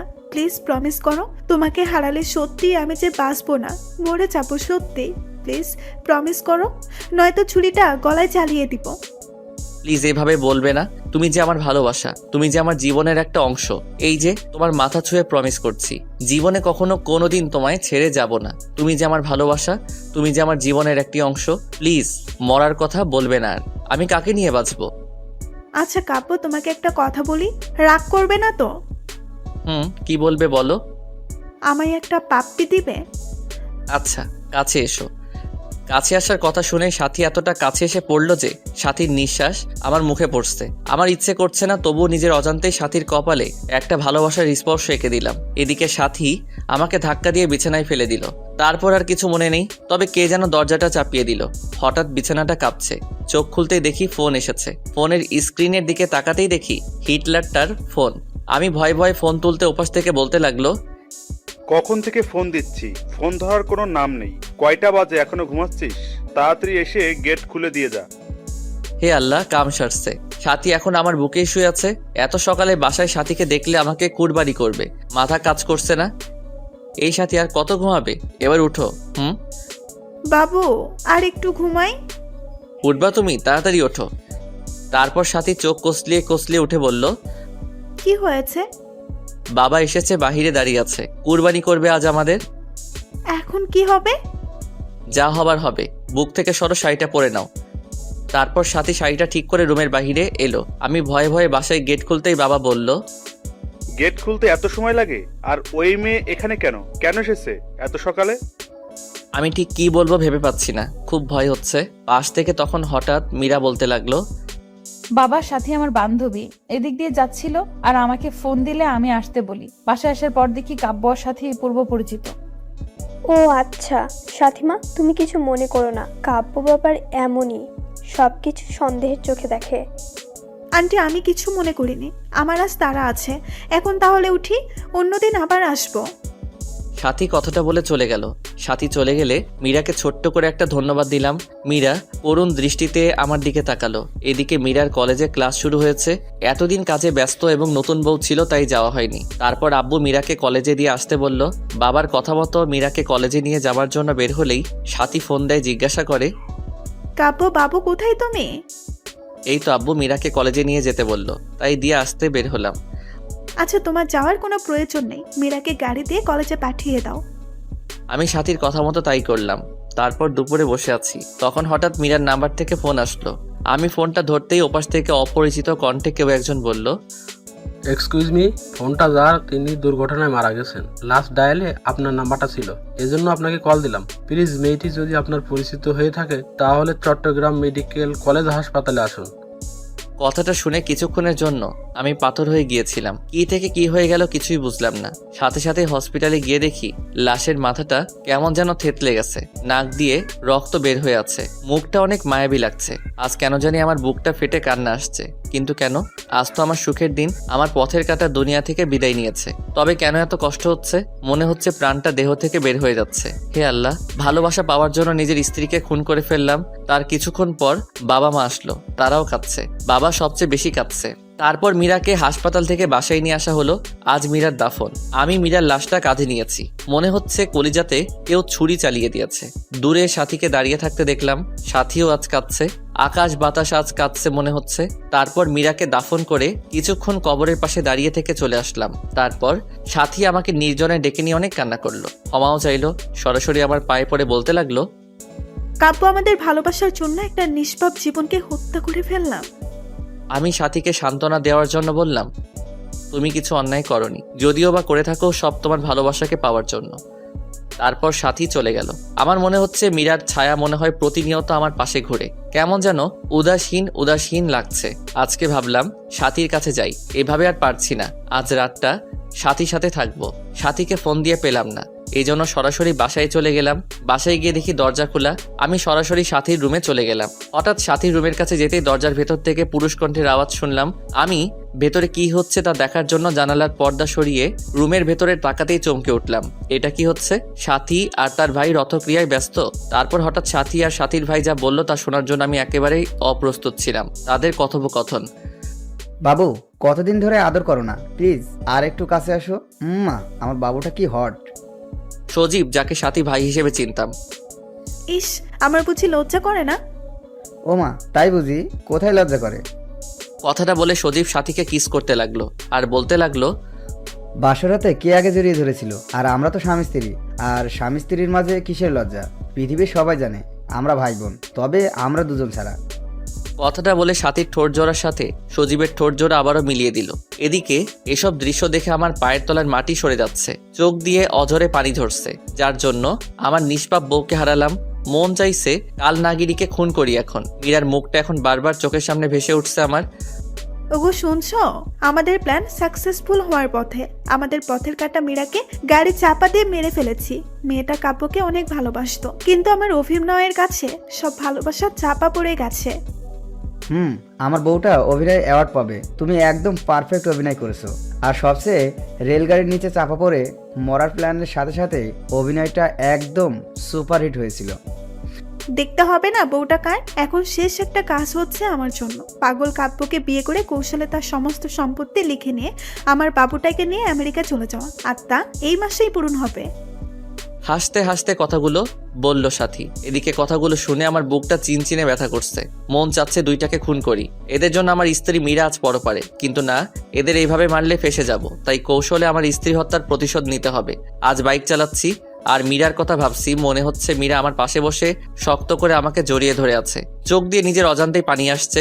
বাড়িতে এসে বাবাকে জড়িয়ে ধরে ছোট বাচ্চার মতো কান্না করে দিলাম। খুব কষ্ট হচ্ছে আমার। বাবা মাথায় হাত বুলিয়ে দিয়ে বলল, আল্লাহর উপর ভরসা রাখ, তিনি সবকিছু ঠিক করে দিবেন। তারপর রুমে এসে শুয়ে পড়লাম। চোখ বন্ধ করলেই পিচিটাকে দেখতে পাই। খাইতে গেলেও মনে হয় কে যেন বলে, তুমি খাবে না? তুমি না খেলে আমিও খাবো না। আমি পারছি না এভাবে আর থাকতে। তারপর হঠাৎ ক্রিং ক্রিং করে ফোনটা বাজছে। ফোনের দিকে চেয়ে দেখি কাল নাগিনীটা ফোন দিয়েছে। শত অনিচ্ছা সত্ত্বেও ফোনটা ধরলাম। ওপাশ থেকে, আমার বাবুটা কেমন আছে? আমার বাবুটাকে বড্ড বেশি মিস করছি। বাবুটা একটু আমার সাথে দেখা করবে কি পার্কে? আমার যে বুকটা চিনচিনে ব্যথা করছে। এতগুলো। আর অল্প দিন পরেই আমার বাবুটাকে আপন করে পাবো। প্লিজ এসে পড়ো পার্কে। আমি কিছু না বলেই কাল নাগিনীটার ফোনটা কেটে পার্কে চলে গেলাম। পার্কে গিয়ে চুপচাপ পাশে দাঁড়িয়ে আছি। কাল নাগিনীটা নীল শাড়ি পরেছে, নোংরা শরীরটাকে ঢেকে রেখেছে নীল পোশাকের আড়ালে। যদি কেউ নোংরা মনের কার্যকলাপ দেখতে পারতো, মনে হয় কেউ থুতু পর্যন্ত দিত না এই শরীরে। কি হলো বাবু, তোমার পছন্দের শাড়ি পরেছি, কেমন লাগছে বললে না তো? কি বলবো? আচ্ছা বাদ দাও, আমার পথের কাটা তো নেই। চলো না বিয়ে করে নেই। তোমাকে ছাড়া রাতগুলো আমার নির্ঘুম কাটে। তুমি যে আমার স্পন্দন। খুব ইচ্ছে করে তোমাকে আপন করে নেওয়ার। আল্লাহ আমার সেই ইচ্ছা পূরণ করবে না। আমি যে তোমাকে নিজের থেকেও বেশি ভালোবাসি। কথাটা বলার সাথে সাথে ঠাস ঠাস করে চর বসিয়ে দিলাম। আর সহ্য হচ্ছে না। এই, তুই আমাকে ভালোবাসিস? তাহলে সজীবকে? কাব্য কি বলছে এসব? সজীব তো আমার ভাইয়া। চোখের পানি ফেলে দিয়ে কথাটা বলল সাথী। এমন চেহারা দেখে যে কেউ কালনাগিনীটার মায়ায় পড়ে যাবে, কিন্তু আমি নই। ছি, তোর লজ্জা করে না নিজের স্বামীকে ভাই বলতে, স্বামীকে ভাই বানাতে? আমি সেদিন তোর বাসায় গিয়ে সব দেখেছি আর শুনেছি। তোদের দুটোকে আমি নিজের হাতে খুন করে আমার ফুলের মতো নিষ্পাপ স্ত্রী হত্যার প্রতিশোধ নিব। হা হা হা। তার আগে দেখ এই ভিডিওটা। তুই যদি সাথীকে বিয়ে না করিস, তাহলে বলবো তুই সাথীকে বিয়ের প্রলোভ দেখিয়ে তার সর্বনাশ করেছিস। আর সাথী এখন অন্তঃসত্ত্বা, তাই বুঝে নে কি করবি এখন তুই। কথাগুলো শুনে পিছন দিকে তাকাতেই দেখি সজীব মোবাইল ফোনে সাথীর আর আমার হোটেল রুমের ভিডিও এবং বাসার ভিডিও তুলে রাখছে। এসব দেখে নিজেকে আর কন্ট্রোল করতে পারছি না। ফোনটা আছাড় দিয়ে ভেঙে ফেললাম। বাবু খুব রাগ করেছো? এমন হাজারো ভিডিও আছে। আচ্ছা বাবু রাগ করে না। আগামী সপ্তাহে আমাদের বিয়ে। তুমি কাজে অফিসে চলে এসো, নয়তো থানাতে পাঠাবো বাসর করতে। ওদের কথা শুনে আমি আর কিছু বলতে পারলাম না। এসব আমার পাপের ফল। তাই এখান থেকে বাসায় চলে আসলাম। বাসায় এসে মীরার ছবিটা বুকে নিয়ে কান্না করতেই ঘুমিয়ে গেলাম। পরের দিন সকালবেলা টেলিভিশন অন করতেই আমি যা দেখলাম তা দেখার জন্য আমি মোটেও প্রস্তুত ছিলাম না। কারণ খবরে দেখলাম গতকাল রোড অ্যাক্সিডেন্টে সজীব আর সাথী দুজনেই মারা গিয়েছে। মনে মনে ভাবলাম আল্লাহ তাআলার বিচার সবচেয়ে বড় বিচার, যার হাত থেকে কারো রেহাই নেই। পরের দিন মীরার পছন্দের নীল শার্টটা বের করার সময় আলমারি খুলে একটা ডায়েরি পেলাম। ডায়েরিটা হাতে নিয়েই বুঝতে পারলাম এটা মীরার লেখা ডায়েরি। না পড়া সেই ডায়েরিটার প্রথম পাতা উল্টাতেই নীল কালিতে লিখে দেখলাম, গতকাল আমার বাসর ছিল। বাসর রাত সব নারীর জীবনে শ্রেষ্ঠ একটি রাত থাকে, কিন্তু আমার বাসর রাতে স্বামীর হাতের স্পর্শে ঠোঁটের রক্ত ঝরিয়েছি। মা বাবাকে হারিয়ে ভেবেছিলাম স্বামীর পায়ের নিচেই বাকি জীবনটা কাটিয়ে দেব, কিন্তু আল্লাহ যার কপালে সুখ রাখে না সে কিভাবে সুখী হবে? প্রতিদিন মাঝরাতে সবাই যখন ঘুমিয়ে থাকতো আমি অভাগী একা একা ঘুম থেকে উঠে পড়তাম। আল্লাহর কাছে মাঝরাতে স্বামীকে চেয়ে কান্না করতাম। যেদিন আমার স্বামীর সাথে আমার প্রথম যৌন সংগ্রাম হলো সেদিন সব কষ্ট ভুলে গেছিলাম। মনে মনে আল্লাহর দরবারে লক্ষ কোটি শুকরিয়া জানিয়েছিলাম আল্লাহ তাআলা আমার বরকে আমার করে দিয়েছে। কিন্তু পরের দিন যখন আমার স্বামী জন্ম নিয়ন্ত্রণ পিল নিয়ে এসে আমাকে খেতে বলে, মুহূর্তে আমার পৃথিবীটা ওলট পালট হয়ে যায়। আমার স্বামী বাধ্য করে আমাকে জন্ম নিয়ন্ত্রণ পিল খাওয়ার। আমি আল্লাহর কাছে কত কেঁদেছি সন্তানটাকে গর্ভধারণ করার জন্য, কিন্তু খুব কষ্ট হতো, বুকের ভেতরটা ফেটে কান্না আসতো যখন দেখলাম আমার স্বামী সাথী নামে মেয়েটার সাথে অবৈধ কাজ করে, আর নিজে যখন তাদের কুকর্ম ঢেকে রাখার জন্য দরজা টেনে দেয়। বাবাকে বলি যে সাথী আমার ফ্রেন্ড, নিজের স্বামীকে বাঁচাতে নিজের ভালোবাসার অধিকার বিসর্জন দিয়েছি। সবচেয়ে বেশি কষ্ট লেগেছে সেদিন যেদিন শুনেছি আমাকে মারার জন্য আমার স্বামী আর সাথী প্ল্যান করেছে। সব জেনেও মনকে এ বলে সান্ত্বনা দিয়েছি যে কাব্য যদি আমার জীবনের বিনিময়ে সুখী হয় তাহলেই আমি সার্থক। ডায়েরিটা পড়ে আমি আর নিজেকে ঠিক রাখতে পারলাম না। আমি পিছন দিকে তাকাতেই দেখি মীরা আমার পাশে দাঁড়িয়ে কান্না করছে। এই মীরা, কাঁদছো কেন? আমি তোমাকে কষ্ট দিয়েছি, তার ফল ভোগ করছি। এই কাব্য, কি হয়েছে তোর? কার সাথে কথা বলছিলি? আম্মু, কথা বলো না, দেখো না মীরা কান্না করছে। আম্মু, আমি ওকে খুব কষ্ট দিয়েছি। কোথায় মীরা? আর তুই কেন মীরাকে কষ্ট দিতে যাবি? তারপর আমার আর কিছুই মনে নেই। পরের দিন মা বাবা আমাকে হসপিটালে নিয়ে গেল। এখন আমার কোনো চিন্তা নেই, কারণ আমি এখন মীরাকে সাথে নিয়েই ঘুমাই। শালার ডাক্তার নাকি বলে আমি পাগল হয়ে গেছি। শালার পড়ালেখা করে নিজে পাগল হয়েছে, এখন আমাকে পাগল বলে কত বড় সাহস। আরেকবার যখন পাগল বলছে তখন গলা ধাক্কা দিয়ে ফেলে দিয়েছি। তারপর আমাকে জোর করে একটা রুমে আঁকড়ে রেখেছে। এখন রুমে শুধু আমি আর মীরা। তারপর আমি একটা নার্সকে জিজ্ঞাসা করলাম, আমি এখন কোথায়? আপনি এখন পাবনায় আছেন আপনার বউ মীরার সাথে। কথাটা বলে একটা কিসের যেন ইনজেকশন আমাকে দিয়ে দিল। তারপর আমি হারিয়ে গেলাম ঘুমের রাজ্যে। সকালবেলা ঘুম থেকে উঠে দেখি মীরা আমার দিকে চেয়ে চেয়ে হাসছে, সাথে বাবা মাও আসছে। তারপর আমি বাবাকে বললাম, বাবা, আমার এখানে থাকতে ভালো লাগে না, আমাকে তোমাদের সাথে নিয়ে চলো, সাথে তোমাদের বৌমা মীরাকেও নিয়ে চলো। কিন্তু আম্মু আব্বু কেউ কোনো কথা বলছে না, শুধু কাঁদছে। তাই আমি আবারও প্রশ্ন করলাম, ও বাবা, তোমরা কাঁদছো কেন? আমাকে এখান থেকে নিয়ে যাবে না? জানো বাবা, এখানে কেউ আমার সাথে কথা বলে না, শুধু মীরা ছাড়া। এখানে শুধু মীরা আমার সাথে কথা বলে, আর কেউ না। ও বাবা, আমাকে নিয়ে চলো না, আমি থাকবো না এখানে। কথাগুলো বলেই কাঁদতে লাগলাম, কিন্তু বাবা কিছু না বলে মাকে নিয়ে চলে গেল। তারপর একটা নার্স এসে ইনজেকশন দিয়ে গেল। তারপর আর আবারও সেই ঘুমের রাজ্যে। আর কিছু মনে নেই। আমি সবসময় শুধু মীরার সাথেই কথা বলতাম। 5 বছর পর আজ মা বাবা আমাকে নিতে আসছে। এখন মীরাও আমার সাথে আর কথা বলে না। আমি জানি মীরা মারা গেছে।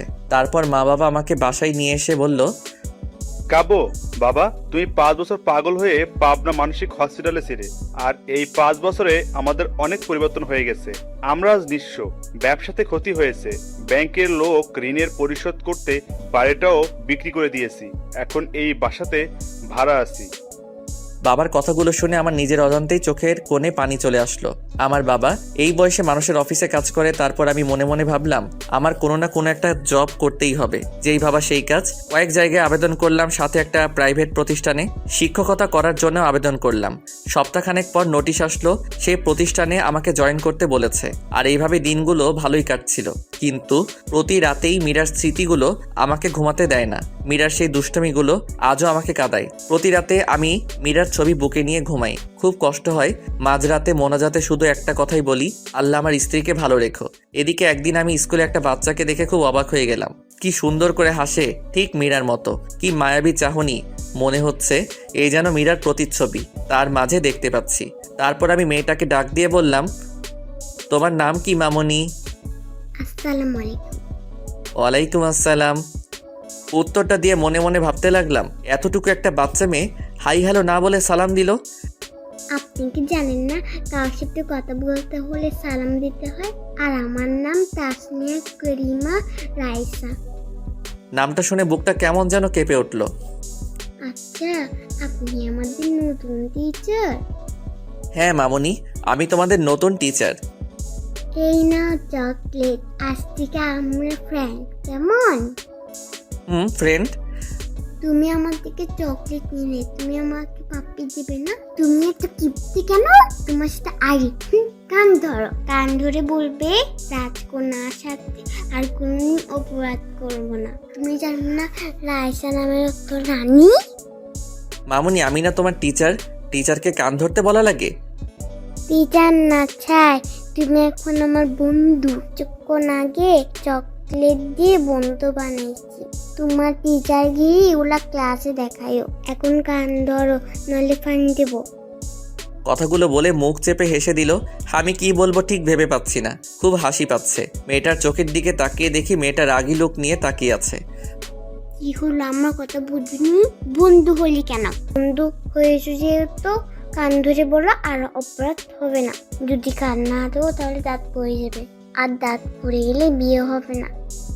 তারপর আমি রাইসার কথা শুনে কান ধরে বললাম, আচ্ছা আমার ভুল হয়ে গেছে, আর এমন ভুল হবে না বলেই মেয়েটাকে টান দিয়ে কোলে নিয়ে গালে মুখে চুমু দিয়ে বললাম, মামুনি এখন হয়েছে?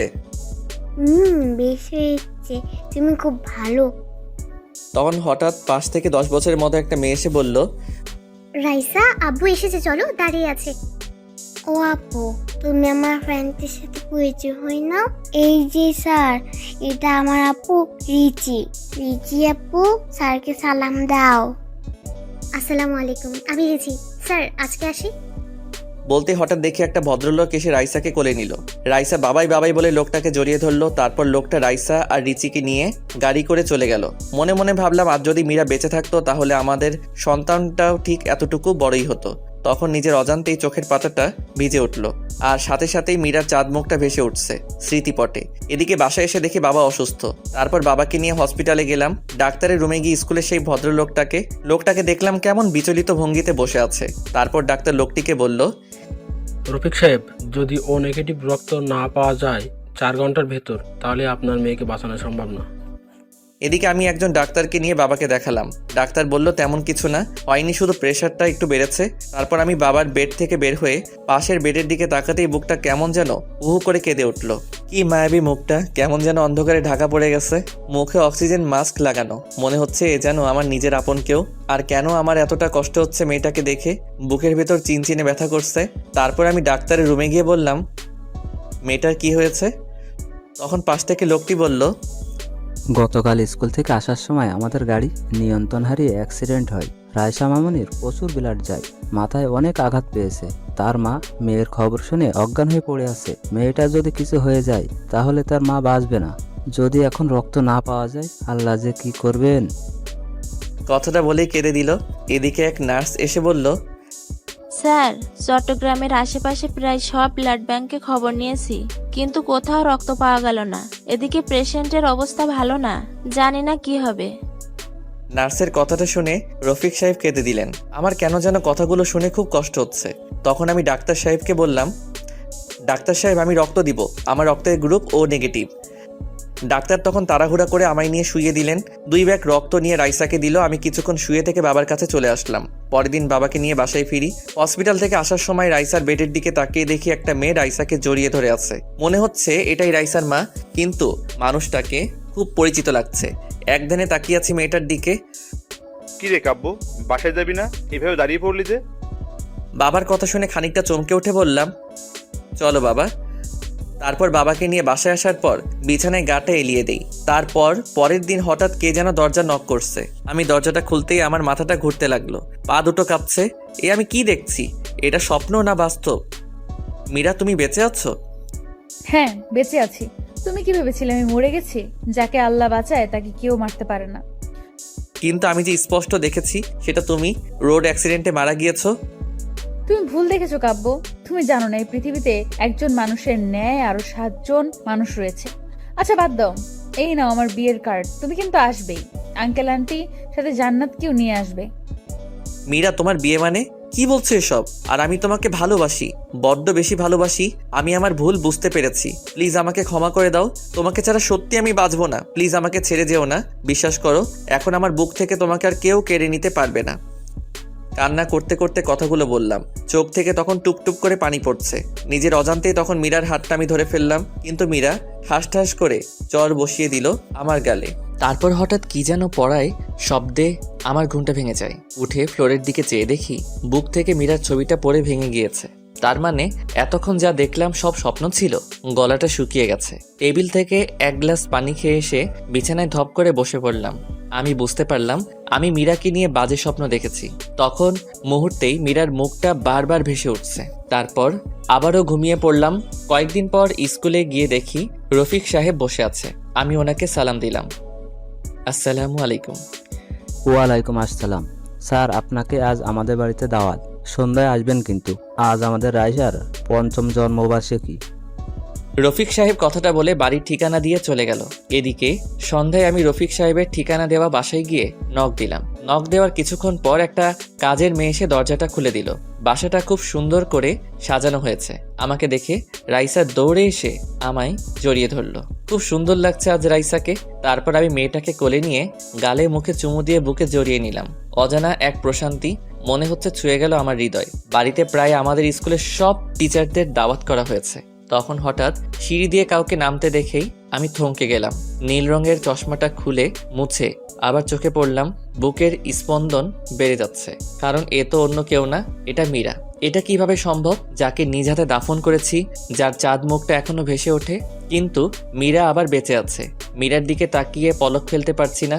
নিজের অজান্তেই মীরা নাম ধরে ডাকতে গিয়েই গলাটা কেমন যেন ধরে এলো। তাই অন্যদিকে ঘুরে গেলাম। তখন পাশ থেকে কে যেন বলে উঠল, তানিয়া, তোমার সাজতে এত লেট হয় কেন? কখন থেকে সবাই অপেক্ষা করছি। কিন্তু আমি কিছু ভাবতে পারছি না।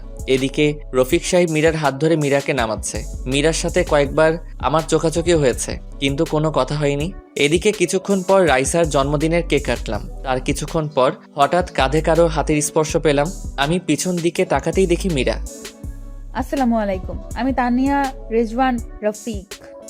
ওয়ালাইকুম আসসালাম, কেমন আছেন? জি ভালো। আমি আপনার কাছে অনেক কৃতজ্ঞ। আপনি আমাদের কলেজের টুকরাকে রক্ত দিয়ে বাঁচিয়েছেন। রাইসার আব্বুর কাছে আপনার কথা শুনেছি। আপনি কি বিয়ে করেছেন? একদিন ম্যাডামকে নিয়ে বেড়াতে আসবেন। মীরার এই প্রশ্নের জবাবে আমি কি বলবো ঠিক বুঝতে পারছি না। এটা আমার মীরা নয়, কিন্তু মনে হচ্ছে এটাই আমার ভালোবাসার মানুষ, আমার স্ত্রী। কিন্তু আমি কিছু ভাবতে পারছি না। বুকটা ফেটে যাচ্ছে। না, এখানে আর থাকা সম্ভব হচ্ছে না আমার। তাই বিদায় নিয়ে চলে আসছি। আসার সময় বাড়ির গেট পর্যন্ত রাইসা আর তার মা এগিয়ে দিয়ে গেল। বাসায় এসে মীরার স্মৃতিগুলো ভাবতে লাগলাম।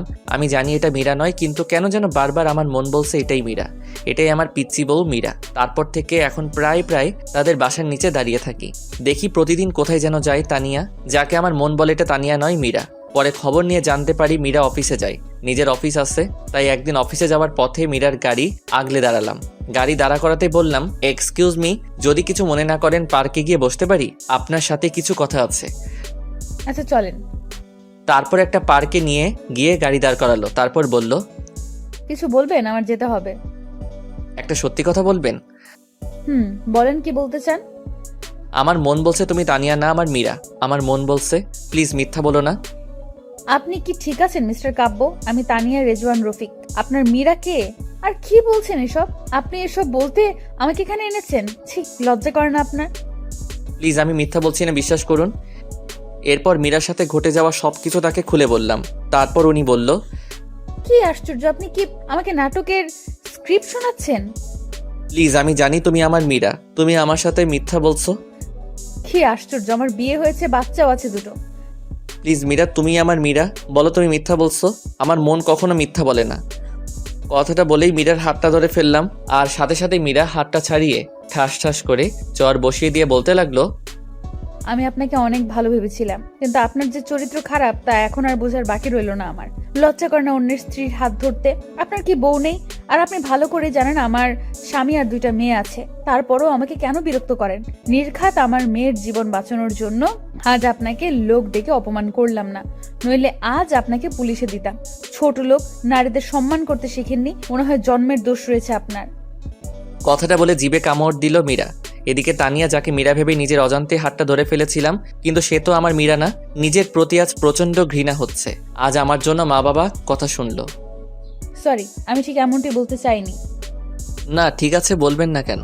আমি যে হতবাকা নিজের স্ত্রীকে কত কষ্ট দিয়েছি, এতটা ভালোবাসা সত্ত্বেও তাকে দূরে সরিয়ে দিয়েছি। তবে জানেন, এখনো মাঝরাতে উঠে তার জন্য কান্না করি, তার ছবিটা বুকে নিয়ে ঘুমাই, তার ডায়েরিটা বুকে নিয়ে প্রতি রাতে কাঁদি। 5 বছর পাগল হয়ে পাবনায় ছিলাম, জানি না আর কত কষ্ট পাবো। আল্লাহ আরও আমাকে কষ্ট দেন যেন। জানেন, যেদিন আপনাকে দেখছি সেদিন আপনার মন বলছে আপনি আমার মীরা, আমার কলিজার টুকরার মতো, কিন্তু না, সেটা আমারই ভুল। কারো মতো দেখতে বা কথা বলতে পারলেই সে যে আপন কেউ হবে তা তো কথা নয়। ক্ষমা করে দিবেন, ভালো থাকবেন। এই যে ডায়েরিটা, এখানে সব লেখা আছে। আবারও বলছি আপনাকে, আমার স্ত্রী ভেবে ডিস্টার্ব করার জন্য দুঃখিত। খুব বাজে তো আমি, তাই। আচ্ছা, আসি। চোখ দিয়ে অঝরে পানি পড়ছে, আর বাঁচার ইচ্ছে করছে না, বুকটা ফেটে যাচ্ছে। এখন শুধু বারবার মীরার চাঁদ মুখটা ভেসে উঠছে। এদিকে কখন যে আমি মাঝ রাস্তায় এসে পড়েছি জানি না। পিছন থেকে কে যেন আমাকে ডাকছে। আমি পিছন দিকে চেয়েই দেখি তানিয়া হাত দিয়ে ইশারা দিয়ে সরে যেতে বলছে, আর আমি শুধু মুগ্ধ নয়নে তাকিয়ে আছি। এদিকে তানিয়া দৌড়ে আসছে। কি সুন্দর লাগছে, মনে হচ্ছে আমার কলিজার টুকরা মীরা দৌড়ে আসছে আমাকে ভালোবাসার পরম শিহরণে জড়িয়ে নেওয়ার জন্য। হঠাৎ কি যেন ধাক্কা দিয়ে শূন্যে উড়িয়ে ফেলে দিল। পাশ দিয়ে একটা বাস চলে গেল। আমি ধাক্কা খেয়ে রাস্তার একপাশে গড়িয়ে পড়লাম। চোখ দুটো রক্তে বন্ধ হয়ে আসছে, নাক মুখ দিয়ে রক্ত বের হচ্ছে। অনুভব করতে পারছি কেউ বুকের সাথে শক্ত করে জড়িয়ে ধরে আছে আমায়, আর বলছে, ক্ষমা করে দাও আমায়, আমি তোমার মীরা, তোমার কিছুই হবে না, আমাকে ছেড়ে কোথাও যেতে পারো না তুমি। তারপর আর কিছু মনে নেই। অন্যদিকে একদল লোক এসে আমাকে হাসপাতালে নিয়ে যায়। এদিকে মীরাকে আজ পাগল পাগল লাগছে। ফোনটা বের করে কাব্যর বাবার কাছে ফোন দিয়ে কাঁদতে লাগলো। কিরে মা, কাঁদছিস কেন? বাবা, কাব্য। কাব্য, কি হয়েছে কাব্যর? বাবা, কাব্য অ্যাক্সিডেন্ট করেছে। বাবা, ওকে ছাড়া আমি বাঁচবো না, ওকে বাঁচান বাবা। আমার মেয়েটার কি হবে বাবা? আপনি প্লিজ সদর হাসপাতালে আসেন। এদিকে মীরার মুখে কাব্য বাবার দুর্ঘটনার কথা শুনে তার পায়ের নিচের মাটি সরে গেল। তাড়াতাড়ি তার মাকে ডেকে বলল, কই গো কাব্যর মা, চলো হসপিটালে যেতে হবে, আমাদের কাব্য অ্যাক্সিডেন্ট। কথাটা বলতে গিয়ে গলাটা ধরে গেল। কি হয়েছে আমার বাবার? তোমাকে বলেছিলাম আমার ছেলেটাকে আর কষ্ট দিও না, কিন্তু তোমরা সবাই মিলে আমার ছেলেটাকে প্রতি রাতে কাঁদিয়েছো। এদিকে হসপিটালে এসে দেখে কাব্যকে অপারেশন থিয়েটারে নিয়ে গেছে। মীরা কাঁদছে। রফিক সাহেবও আসছে, মীরাকে বোঝাচ্ছে। মীরা মাকে জড়িয়ে ধরে কাঁদতে কাঁদতে বলল, মা, ও কোনো কথা বলছে না, ওকে ছাড়া সত্যি আমি মরে যাব। ওই আমার নিঃশ্বাস, আমি বাঁচবো না মা কাব্যকে ছাড়া। ওকে চিরদিনের জন্য পাওয়ার জন্য কত কিছুই না করেছি। এখনো প্রতি রাতে তার দেওয়া শেষ অবলম্বন রাইসাকে বুকে নিয়ে বেঁচে আছি। তখন হঠাৎ অপারেশন থিয়েটার থেকে একজন ডাক্তার বেরিয়ে আসতে মীরা দৌড়ে গেল। প্লিজ ডাক্তার, বলেন আমার স্বামী কেমন আছে, ওর কিছু হবে না তো? প্লিজ ডক্টর, চুপ করে থাকবেন না। কিন্তু ডাক্তার চোখ থেকে পানি ছেড়ে দিয়ে বলল, দেখুন, আমরা আমাদের সর্বাত্মক চেষ্টা করেছি, কিন্তু এখন আমাদের আর করার কিছু নেই।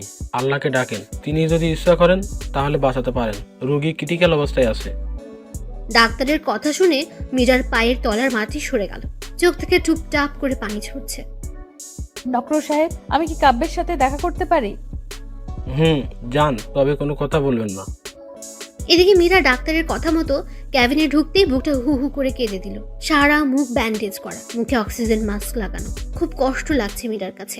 কাব্যের মায়াবী মুখটা বারবার ভেসে উঠছে। মীরা কিছু ভাবতে পারছে না। তখন কাব্যের পা দুটি জড়িয়ে ধরে কাঁদতে লাগলো, আর কাঁদতে কাঁদতে বলল, কাব্য প্লিজ, আমায় ক্ষমা করে দাও, আমায় ছেড়ে কোথাও যেও না, তোমার পায়ের নিচে থাকতে দিও আমায়। তোমার পায়ের নিচে যে আমার সব সুখ। আমি তোমাকে অনেক কষ্ট দিয়েছি, প্লিজ আমায় ছেড়ে দিও না। তুমি না বলেছো তোমার যদি কখনো মেয়ে হয় তার নাম রাইসা রাখবে? তুমি জানো না রাইসা তোমার আর আমার মেয়ে, জানো? তোমার মেয়ে জানে তুমি ওর বাবা। তোমাকে কতবার বাবা ডেকে বুকে জড়িয়ে নিতে চেয়েছিল, কিন্তু আমি তোমাকে বাবা বলে ডাকতে দেইনি। তুমি তোমার মেয়েকে বুকে জড়িয়ে নেবে না? ওই তোমার জীবন, আমার বেঁচে থাকার অবলম্বন। তোমাকে ছাড়া যে আমাকে কল্পনাও করতে পারি না। কথাগুলো বলতে বলতে পা দুটো বুকের সাথে জড়িয়ে কাঁদতে লাগলো, আর সমানে চুমু খেতে লাগলো। এদিকে পেছন থেকে একজন নার্স এসব দেখে নিজের অজান্তে কেঁদে দিয়েছে। তারপর মীরার কাঁধে হাত রেখে বলল, বোন প্লিজ এভাবে কান্না করো না, রোগীর ক্ষতি হবে, আল্লাহকে ডাকো। নার্সের কথা শুনে কাব্যের পা ছেড়ে দিলাম। কলিজাটা ফেটে যাচ্ছে। বাসা থেকে ফোন দিল, রাইসা নাকি খুব কাঁদছে। তার বাবার জন্য কেউ তার কান্না থামাতে পারছে না। রাইসা শুনেছে কাব্য নাকি অ্যাক্সিডেন্ট করেছে। তারপর আমি বাবাকে বলে বাসায় যাওয়ার জন্য বের হতেই এক লোক বলল, ম্যাডাম, হসপিটালে আসার সময় আপনার হাতে ডায়েরিটা ছিল। তারপর মীরা ডায়েরিটা হাতে নিয়ে বাসায় আসতেই তুমি আমার বাসায় আসবে না, তুমি বাবাইকে কষ্ট দিয়েছো, আমি সব শুনেছি। তুমি আঙ্কেলকে ফোনে যখন বলেছো বাবা অ্যাক্সিডেন্ট করেছে, তাও আবার তোমার জন্য, তুমি আমাকে বাবা ডাকতে দাওনি। আমার বাবা অনেক ভালো, আমার জন্য সেদিন কান ধরেছিল, আমাকে জড়িয়ে ধরেছিল, আমাকে আদর করেছিল। আমি বাবাই ডাক্তার চেয়েও আমি বাবাই দেখতে পারিনি, কারণ তুমি ডাক্তার নিষেধ করেছে বলে। তুমি ছোটবেলায় বাবার ছবি দেখে বলেছো এটা তোর বাবা। যেদিন বাবাকে প্রথম দেখলাম সেদিন দৌড়ে বাবার কোলে গেলাম, কিন্তু বলতে পারিনি তুমি আমায় যে কোথাও যাবে না। যেদিন স্কুলের মেয়েরা বাবার কোলে চড়তো তখন তাদের বাবা তাদেরকে জড়িয়ে আসতো, তখন আমি তাদের দিকে চেয়ে থাকি, আমার খুব কষ্ট লাগতো। কান্না করতে করতে কথাগুলো বলল রাইসা। রাইসা মামুনি, বাবাই ভালো হয়ে যাবে। মা আমার, তুমি কেঁদো না। তুমি আমার মা ডাকবে না, তুমি আমার কেউ না, তুমি আমার বাবাইকে কষ্ট দিয়েছো। আমার বাবাইকে বাবাই বলে ডাকতে দাওনি কেন? কথাগুলো বলে কাঁদতে কাঁদতে রুমে গিয়ে দরজা লাগিয়ে দিল রাইসা। আমি কি করব? রাইসার কথাগুলো শুনে কলিজা ফেটে যাচ্ছে। সত্যি তো, তোর বাবার থেকে রাইসাকে আমি দূরে রেখেছি। বারবার কাব্যের কথা মনে পড়ছে। রফিক ভাইয়াও কিছু বলছে না, শুধু বলল, মানুষটাকে বড্ড বেশি কষ্ট দেওয়া হয়ে গেছে রে মীরা। তারপর আমি দরজাটা লাগিয়ে বিছানায় শুয়ে বালিশে মুখটা লাগিয়ে কাঁদতে লাগলাম। হঠাৎ মনে পড়লো কাব্য একটা ডায়েরি লিখে গেছে। টেবিলের উপর থেকে ডায়েরিটা তুলে বুকে জড়িয়ে নিলাম। তারপর ডায়েরিটা খুলতেই আমি চমকে গেলাম। ডায়েরির প্রথম পৃষ্ঠায় লেখা, আমার এই হৃদয় লিখিলাম তোমার ইনাম। ডায়েরির পরের পাতা উল্টাতেই, ওগো হৃদয় রাঙিনী, জানি না কিভাবে শুরু করব। আমি যে অনেক বড় অপরাধী। তোমার অবুঝ ভালোবাসাকে আমি অবহেলা করেছি। জানো, যেদিন তোমাকে হারিয়ে ফেলেছি সেদিন বুঝেছি তুমি কতটা জোরে আমার জীবনে ছিলে। জানো, প্রতিদিন তোমার জন্য কেঁদেছি। মাঝরাতে উঠে আল্লাহর কাছে চাইতাম যেন আল্লাহ তাআলা তোমাকে আমার করে দেয়। প্রতি রাতে তোমার ছবিটা বুকে নিয়ে ঘুমাতাম, তোমার ছবি বুকে নিয়ে কাঁদতাম। জানো, মানুষ মারা গেলে নাকি তারা হয়ে যায়, তাই প্রতি সন্ধ্যায় আকাশের তারাদের সাথে কথা বলতাম যেন আমার হৃদয় রাঙিনীকে তারা যেন কষ্ট না দেয়। রাতের আকাশের সবচেয়ে উজ্জ্বল তারাকে তুমি মনে করে কাঁদতাম আর বলতাম, অভিমান ভেঙে এসো না, জড়িয়ে নাও তোমাতে, আমি যে আর পারছি না তোমার বিরহে, এসব বলে কাঁদতাম। কিন্তু তুমি এতটাই আমার প্রতি অভিমান করেছিলে যে যার জন্য আমার সাথে কথা বলো না, শুধু করুণ দৃষ্টিতে আমার দিকে তাকিয়ে থাকতে। সত্যি কি তুমি আমাকে ক্ষমা করবে না? জানো, খুব ইচ্ছা করে তোমাকে এই মরুর বুকে জড়িয়ে নিয়ে শান্ত করতে আমারই প্রাণ। মীরা, জানো, আজ একটা বাচ্চা মেয়েকে দেখে তোমার কথা বড্ড বেশি মনে পড়ছে। বাচ্চাটা দেখতে ঠিক তোমার মতোই। আমি এতটাও হতভাগী, নিজের বাচ্চাকে নিজের হাতে নষ্ট করেছি। জানো, এখনো সেই রাতের কথাগুলো ভুলতে পারি না। তোমাকে দেওয়া প্রতিটা চরের আঘাত আমার কলিজাতে লেগেছে। জানো, পরের দিন যখন বাচ্চাটাকে ব্লাড দিলাম সেদিন মনে হয়েছে আমার খুব কাছের কাউকে আমি রক্ত দিচ্ছি। বাচ্চাটার জন্মদিন, বাচ্চাটাকে বুকে জড়িয়ে নিতেই তোমার শরীরের গন্ধ পেলাম। কিন্তু যখনই সিঁড়িতে তোমার মতোই কাউকে দেখলাম তখন সত্যি ভেবে নিয়েছিলাম আল্লাহ আমার ডাক শুনেছে। আমি আনন্দে আত্মহারা হয়ে গিয়েছিলাম। কিন্তু যখন শুনেছিলাম ওটা তুমি মীরা নও, আমাকে চিনো না, তখন আমার কলিজাটা ফেটে যাচ্ছিল। যখন রফিক সাহেব এসে হাত ধরলো আমার কাছে, তখন মনে হয়েছিল কেউ যেন আমার কলিজাটা দুমড়ে মুচড়ে ছিঁড়ে নিয়ে যাচ্ছে। জানো, তুমি নেই জেনেও নিজের অজান্তে পাগলামি করেছি আর বাসায় এসে কেঁদে বুক ভাসিয়েছি। পরের দিন ঠিক করলাম তোমার জন্য লেখা ডায়েরিটা তানিয়া আপুকে দিয়ে তোমার কাছে চলে আসব। আমি যে আর পারছি না মীরা, মৃত্যুর পথ বেছে নেওয়া ছাড়া আমার আর কোনো উপায় নেই। তোমাকে ছাড়া যে এখন আমার নিঃশ্বাস নিতেও কষ্ট হয়। কষ্টটা আরো বেশি হয় যখন তোমারই মতো তানিয়া নামক মেয়েটা তার স্বামীর হাত ধরে আমারই সামনে দিয়ে হেঁটে যায়। জানো, তখন বড্ড বেশি তোমার কথা মনে পড়ে। কি করব, আমি তোমাকে ছাড়া আর যে বাঁচতে পারছি না। তোমাকে নিয়ে লেখা শেষ অবলম্বনটা তোমাকে মনে করে তানিয়া আপুকে দিয়ে গেলাম। জানো, খুব কষ্ট হচ্ছে লেখাগুলো লিখতে। আমি আসছি মীরা। ডায়েরিটা পড়তে চোখ দিয়ে জল গড়িয়ে পড়লো মীরার আজকে একটা মিথ্যের জন্যই কাব্য মৃত্যুর কিনারায়। খুব কষ্ট হচ্ছে মীরার। কাব্যের মুখটা বারবার মীরার সামনে ভেসে উঠছে, মীরার কানে বারবার বাজছে তার লেখার শেষ কথাগুলো। মীরা এসব ভাবছিল আর তখনই হঠাৎ বাইরে কিছু ভাঙার শব্দ পেল। মীরা তাড়াতাড়ি করে রুমের বাইরে এসে দেখে রাইসা কাঁদছে আর খাবারের প্লেট ফেলে দিয়েছে। মা রাগ করো না, খেয়ে নাও। তুমি আমাকে মা বলবে না, আমাকে বাবার কাছে নিয়ে যাও। তুমি আমার বাবাকে কষ্ট দিয়েছো, তুমি আমার সাথে আর কথা বলবে না। প্লিজ রাইসা, মা আমার, তোমার বাবার কিছুই হবে না। প্লিজ কান্না করো না, খেয়ে নাও। আমাকে বাবার কাছে নিয়ে যাও, আমি বাবাকে না দেখে খাবো না। হঠাৎ তখনই সবুজকে ঘরে আসতে দেখে মীরা ভাইয়া বলে কেঁদে দিয়ে বলল, ভাইয়া কাব্য বাঁচবে না, কাব্যকে ছাড়া আমিও যে বাঁচবো না। সবুজ মীরাকে বুকে নিয়ে সান্ত্বনা দিয়ে বলল, কান্না করিস না বোন, আল্লাহ তাআলা সব ঠিক করে দিবেন। তোর কান্না যে আমি দেখতে পারি না। মা বাবাকে তো ছোটবেলায় হারিয়েছি, তানিয়াটাকেও প্রথম দেখাতেই হারিয়ে ফেলেছি। তোকে খুন করার জন্য সাথী নামের মেয়েটা কন্টাক্ট করেছিল। তোকে খুন করতে এসে তোর গলার লকেট দেখেই চিনে ফেলি তুই আমার ছোটবেলায় হারিয়ে যাওয়া বোন মীরা। কিন্তু সে সময় তানিয়াকে গাড়ির নিচে পিস্ট হতে দেখি। তোর চেহারা তানিয়ার মতোই ছিল। তাই যখন দেখলাম তানিয়া রাস্তার পাশে পড়ে আছে, দৌড়ে বুকে টেনে নেই। সন্ত্রাসী ছিলাম, মানুষের রক্ত দেখলে হাসি পাইতো, কিন্তু যখন নিজের বোনের রক্ত আমার শার্ট ভিজে যাচ্ছিল তখন বুঝেছি আপন মানুষের রক্ত শুধু তার শরীর থেকে ঝরে না, আপন মানুষটির কলিজা থেকেও ঝরে। তোকে আর তানিয়াকে পেয়ে অন্ধকার রাস্তা থেকে সরে আসি। তারপর কাব্যর বাবার প্ল্যান অনুযায়ী তানিয়াকে মীরা বানিয়ে কাব্যর বাড়িতে পাঠাই, আর ঋষি পাই তার মাকে। ঋষির বাবা রফিক ভাইয়ার সাথে সব প্ল্যান করি, কিন্তু এর জন্য যে কাব্য আজকে মৃত্যুর মুখোমুখি হবে তা জানলে কখনো এতটা মিথ্যার আশ্রয় নিতাম না।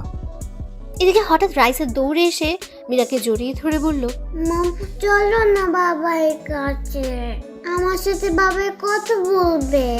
বাবা তোমাদের সবার সাথে রাগ করে থাকলেও আমার সাথে রাগ করে থাকবে না। বাবাই যেন আমার সাথে রাগ করলে কান্দে উদ্বোস করতে হবে। তারপর মীরাকে কিছু বলতে দেওয়ার আগে রাইসা মীরাকে জোর করে গাড়িতে তুলে নিয়ে গাড়ি চালাতে বলল। মীরা রাইসাকে নিয়ে হসপিটালে আসতেই রাজের বাবার সাথে দেখা হলো। মারে, কেমন আছিস? বাবা, আমি সত্যি অনেক বড় অপরাধী হয়ে গেলাম। নিজের স্বামীকে কোনো স্ত্রী এতটা কষ্ট দিত না। বাবা, সত্যি কাব্যকে ছাড়া আমি বাঁচবো না। অন্যদিকে রাইসা তার রুমে গিয়েই বলতে লাগলো, বাবাই বাবাই কেমন আছো তুমি? কথা বলবে না আমার সাথে বাবাই? তোমাকে মম কষ্ট দিয়েছে তাই মমের সাথে আমি আর দিয়েছি। ঠিক করেছি না বাবাই? বাবা আমায় জড়িয়ে ধরে আম্মু ডাকবে না? হঠাৎ তখন একটা নার্স এসে বলল, মামনি, এখানে কথা বলা যাবে না। আপনি চুপ করেন তো, আমি আমার বাবার সাথে কথা বলছি। দেখছেন না, কথা বলবেন না একদম, বাবাই রাগ করবে। বাবা জানো মা তোমার জন্য কত কান্না করেছে? তোমাকে আমি ছোটবেলায় দেখেছি মায়ের সাথে একটু ছবিতে। বাবাই স্কুলের ছেলে মেয়েরা তার বাবার সাথে ঘুরে বেড়ায়, তাদের বাবা তাদেরকে চকলেট আইসক্রিম কিনে দেয়। আমি কিচ্ছু চাই না, তুমি কথা বলো বাবাই, তাহলেই হবে। কথা বলছো না কেন? দেখছো না তোমার রাইসা কাঁদছে? প্লিজ বাবা কথা বলো, আর চুপ করে দেখো না। তোমার এত অভিমান কিসের বাবাই? আমাকে একটু জড়িয়ে ধরো।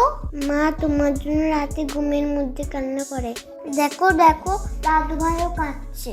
আমি এখনো কিছুই খাইনি, তুমি আমাকে খাইয়ে দেবে না? তুমি আমাকে খাইয়ে না দিলে আমি খাবো না। কথা বলছো না কেন? আমার কষ্ট হচ্ছে বাবাই। এদিকে রাইসার কান্না দেখে সবাই কাঁদছে। মীরার কাছে মনে হচ্ছে তার কলিজাটা ফেটে যাচ্ছে। কিছুক্ষণ পর কাব্য কেমন যেন করতে লাগলো। ডাক্তার এসে দেখতে কেমন যেন নড়াচড়া বন্ধ করে দিল। তারপর রুম থেকে বের হয়ে ডাক্তার চোখের পানি ছেড়ে দিয়ে বলল, সরি। কথাটা শুনেই মীরা হসপিটালের ফ্লোরে পড়ে গেল। সরি, আমাদের আর কিছু করার নেই। আপনারা আল্লাহকে ডাকেন, আল্লাহ যদি তাকে স্বয়ং সুস্থ করে দেয়। ডাক্তারের কথাটা শুনেই মীরা হসপিটালের ফ্লোরে পড়ে গেল। তারপর সবাই মীরাকে নিয়ে বেডে শুয়ে দিল। এদিকে সবাই কান্না করছে। রাইসা গিয়ে কাব্যের মাথায় হাত বুলিয়ে দিচ্ছে আর বাবাই বাবাই করে ডাকছে। রাইসার কান্না দেখে সবাই কাঁদছে। কাব্যের স্যালাইড নেওয়াও বন্ধ হয়ে গেছে। হঠাৎ তখনই ডাক্তার এসে কাব্যের মুখ থেকে অক্সিজেন মাস্ক খুলে দিল। তারপর স্যালাইনটাও খুলে দিয়ে বলল, কাব্য আর কোনোদিন ফিরবে না, যা ভেবেছিলাম তাই হলো। এদিকে মীরা ভাবতে পারছে না কাব্য মারা গেছে। সবাই কান্না করছে। মীরা নিস্তব্ধ হয়ে গেছে। রাইসা কাঁদছে আর বলছে, বাবাই ও বাবাই কথা বলো বাবাই, কথা বলবে না আমার সাথে? বাবাই তুমি আর আমাকে প্রাপ্তি দেবে না? আমার না খুব কষ্ট হচ্ছে বাবাই। আল্লাহকে পিচ্ছি বলে আমার চোখের পানি দেখে না। ও আল্লাহ, তুমি তো বলেছো ছোট বাচ্চারা নিষ্পাপ হয়, তাদের কোনো পাপ থাকে না, তাদের কথা গ্রাহ্য করতে পারো না। ও আল্লাহ দেখো আমি কাঁদছি, তুমি আমার বাবাকে বলো আমার সাথে কথা বলতে। তুমি কথা বলতে বললে বাবা আর চুপ করে থাকতো। পারবে না। দেখো তো বাবাই আমার সাথে অভিমান করেছে, আমাকে তো কোলেই নেয় না, আদরও করে না। আমার কষ্ট হয় না বুঝি? বাবাই, ও বাবাই কথা বলো। মামা দেখো বাবাই কথা বলছে না, বাবাইকে বলো কথা বলতে। এদিকে সবাই কাব্যের জানাজা করে কবরে নিয়ে যাচ্ছে। মীরা বাক রুদ্ধ হয়ে গেছে, ফ্যাল ফ্যাল করে তাকিয়ে আছে কাব্যের চলে যাওয়ার দিকে। মীরার কলিজাটা ফেটে যাচ্ছে। আজ একটা ভুলের জন্য কাব্য সারা জীবনের জন্য হারিয়ে গেল মীরার জীবন থেকে। মম বাবাইকে কোথায় নিয়ে যায় বলো না মা, বাবাকে সবাই কোথায় নিয়ে যায়? বাবাকে রাগ করেছে তাই নিয়ে যাচ্ছে। বাবা আবার কখন আসবে মা? বললো না মা, আমার বাবাইকে সবাই কোথায় নিয়ে যায়? রাইসার কথা শুনে মীরার কষ্টে বুকটা ফেটে যাচ্ছে, নিঃশ্বাস নিতে কষ্ট হচ্ছে। রাইসাকে বুকের সাথে শক্ত করে জড়িয়ে ধরেছে মীরা। রাইসাকে কি বলবে সে উত্তর যে মীরার কাছে নেই। এদিকে কাব্যকে কবরে নামালে মীরা আর থাকতে পারে না, দৌড়ে চলে যায় কবরের কাছে, গিয়ে বলতে লাগলো, আমি আমার স্বামীকে কোথাও যেতে দেব না, তোমরা কেউ আমার স্বামীকে দূরে সরিয়ে দিও না।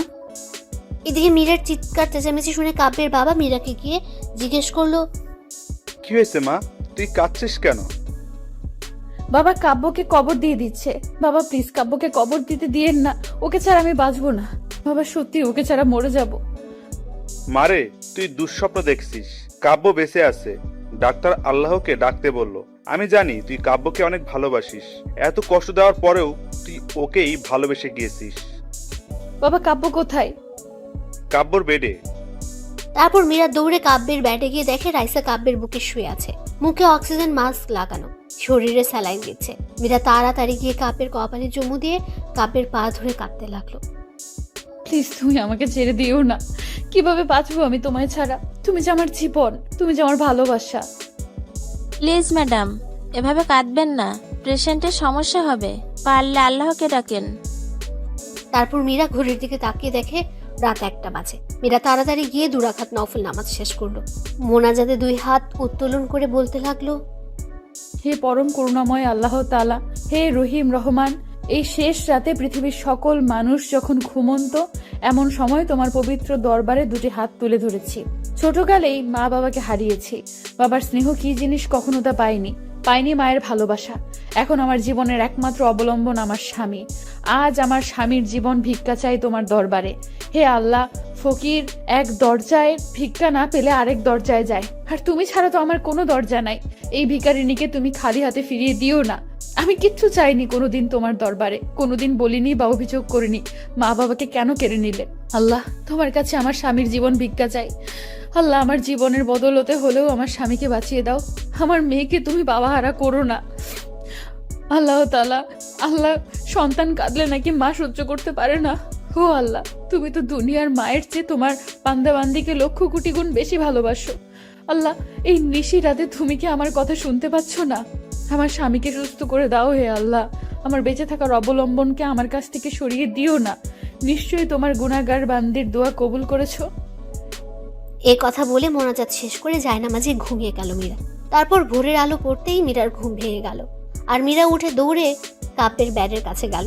মীরা গিয়ে দেখে কাব্যের অক্সিজেন মাস্ক খোলা। তারপর ডাক্তার এসে বলল, সরি, কাব্য আর ফিরবে না। কথাটা বলেই ডাক্তার চলে গেল। সাথে সাথেই মীরা চিৎকার করে করে কাঁদছে আর বলছে, না, আমার কাব্য আমাকে ছেড়ে কোথাও যেতে পারে না।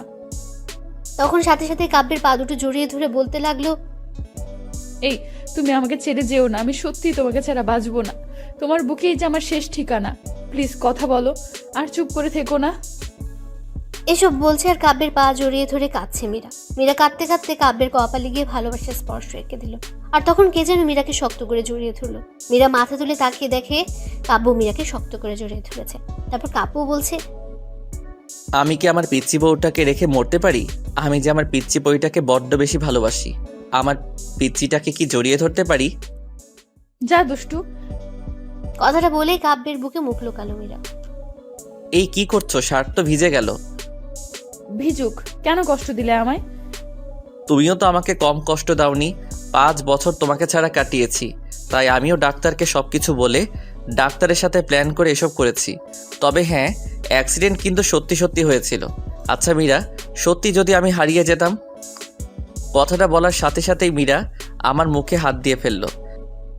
কি বলছো? তাহলে আমার কি হবে? এখনো তো বাসরাত বাকি, আর এখন আমি কিন্তু আর পিচ্ছি না। আমি তখন হেসে দিয়ে মীরাকে জড়িয়ে ধরলাম, আর তখনই হঠাৎ রাইসা এসে বলল, বাবাই শুধু মাকে আদর করবে, আমায় আদর করবে না? তারপর আমি রাইসাকে কোলে নিয়ে দুজনেই হেসে দিলাম।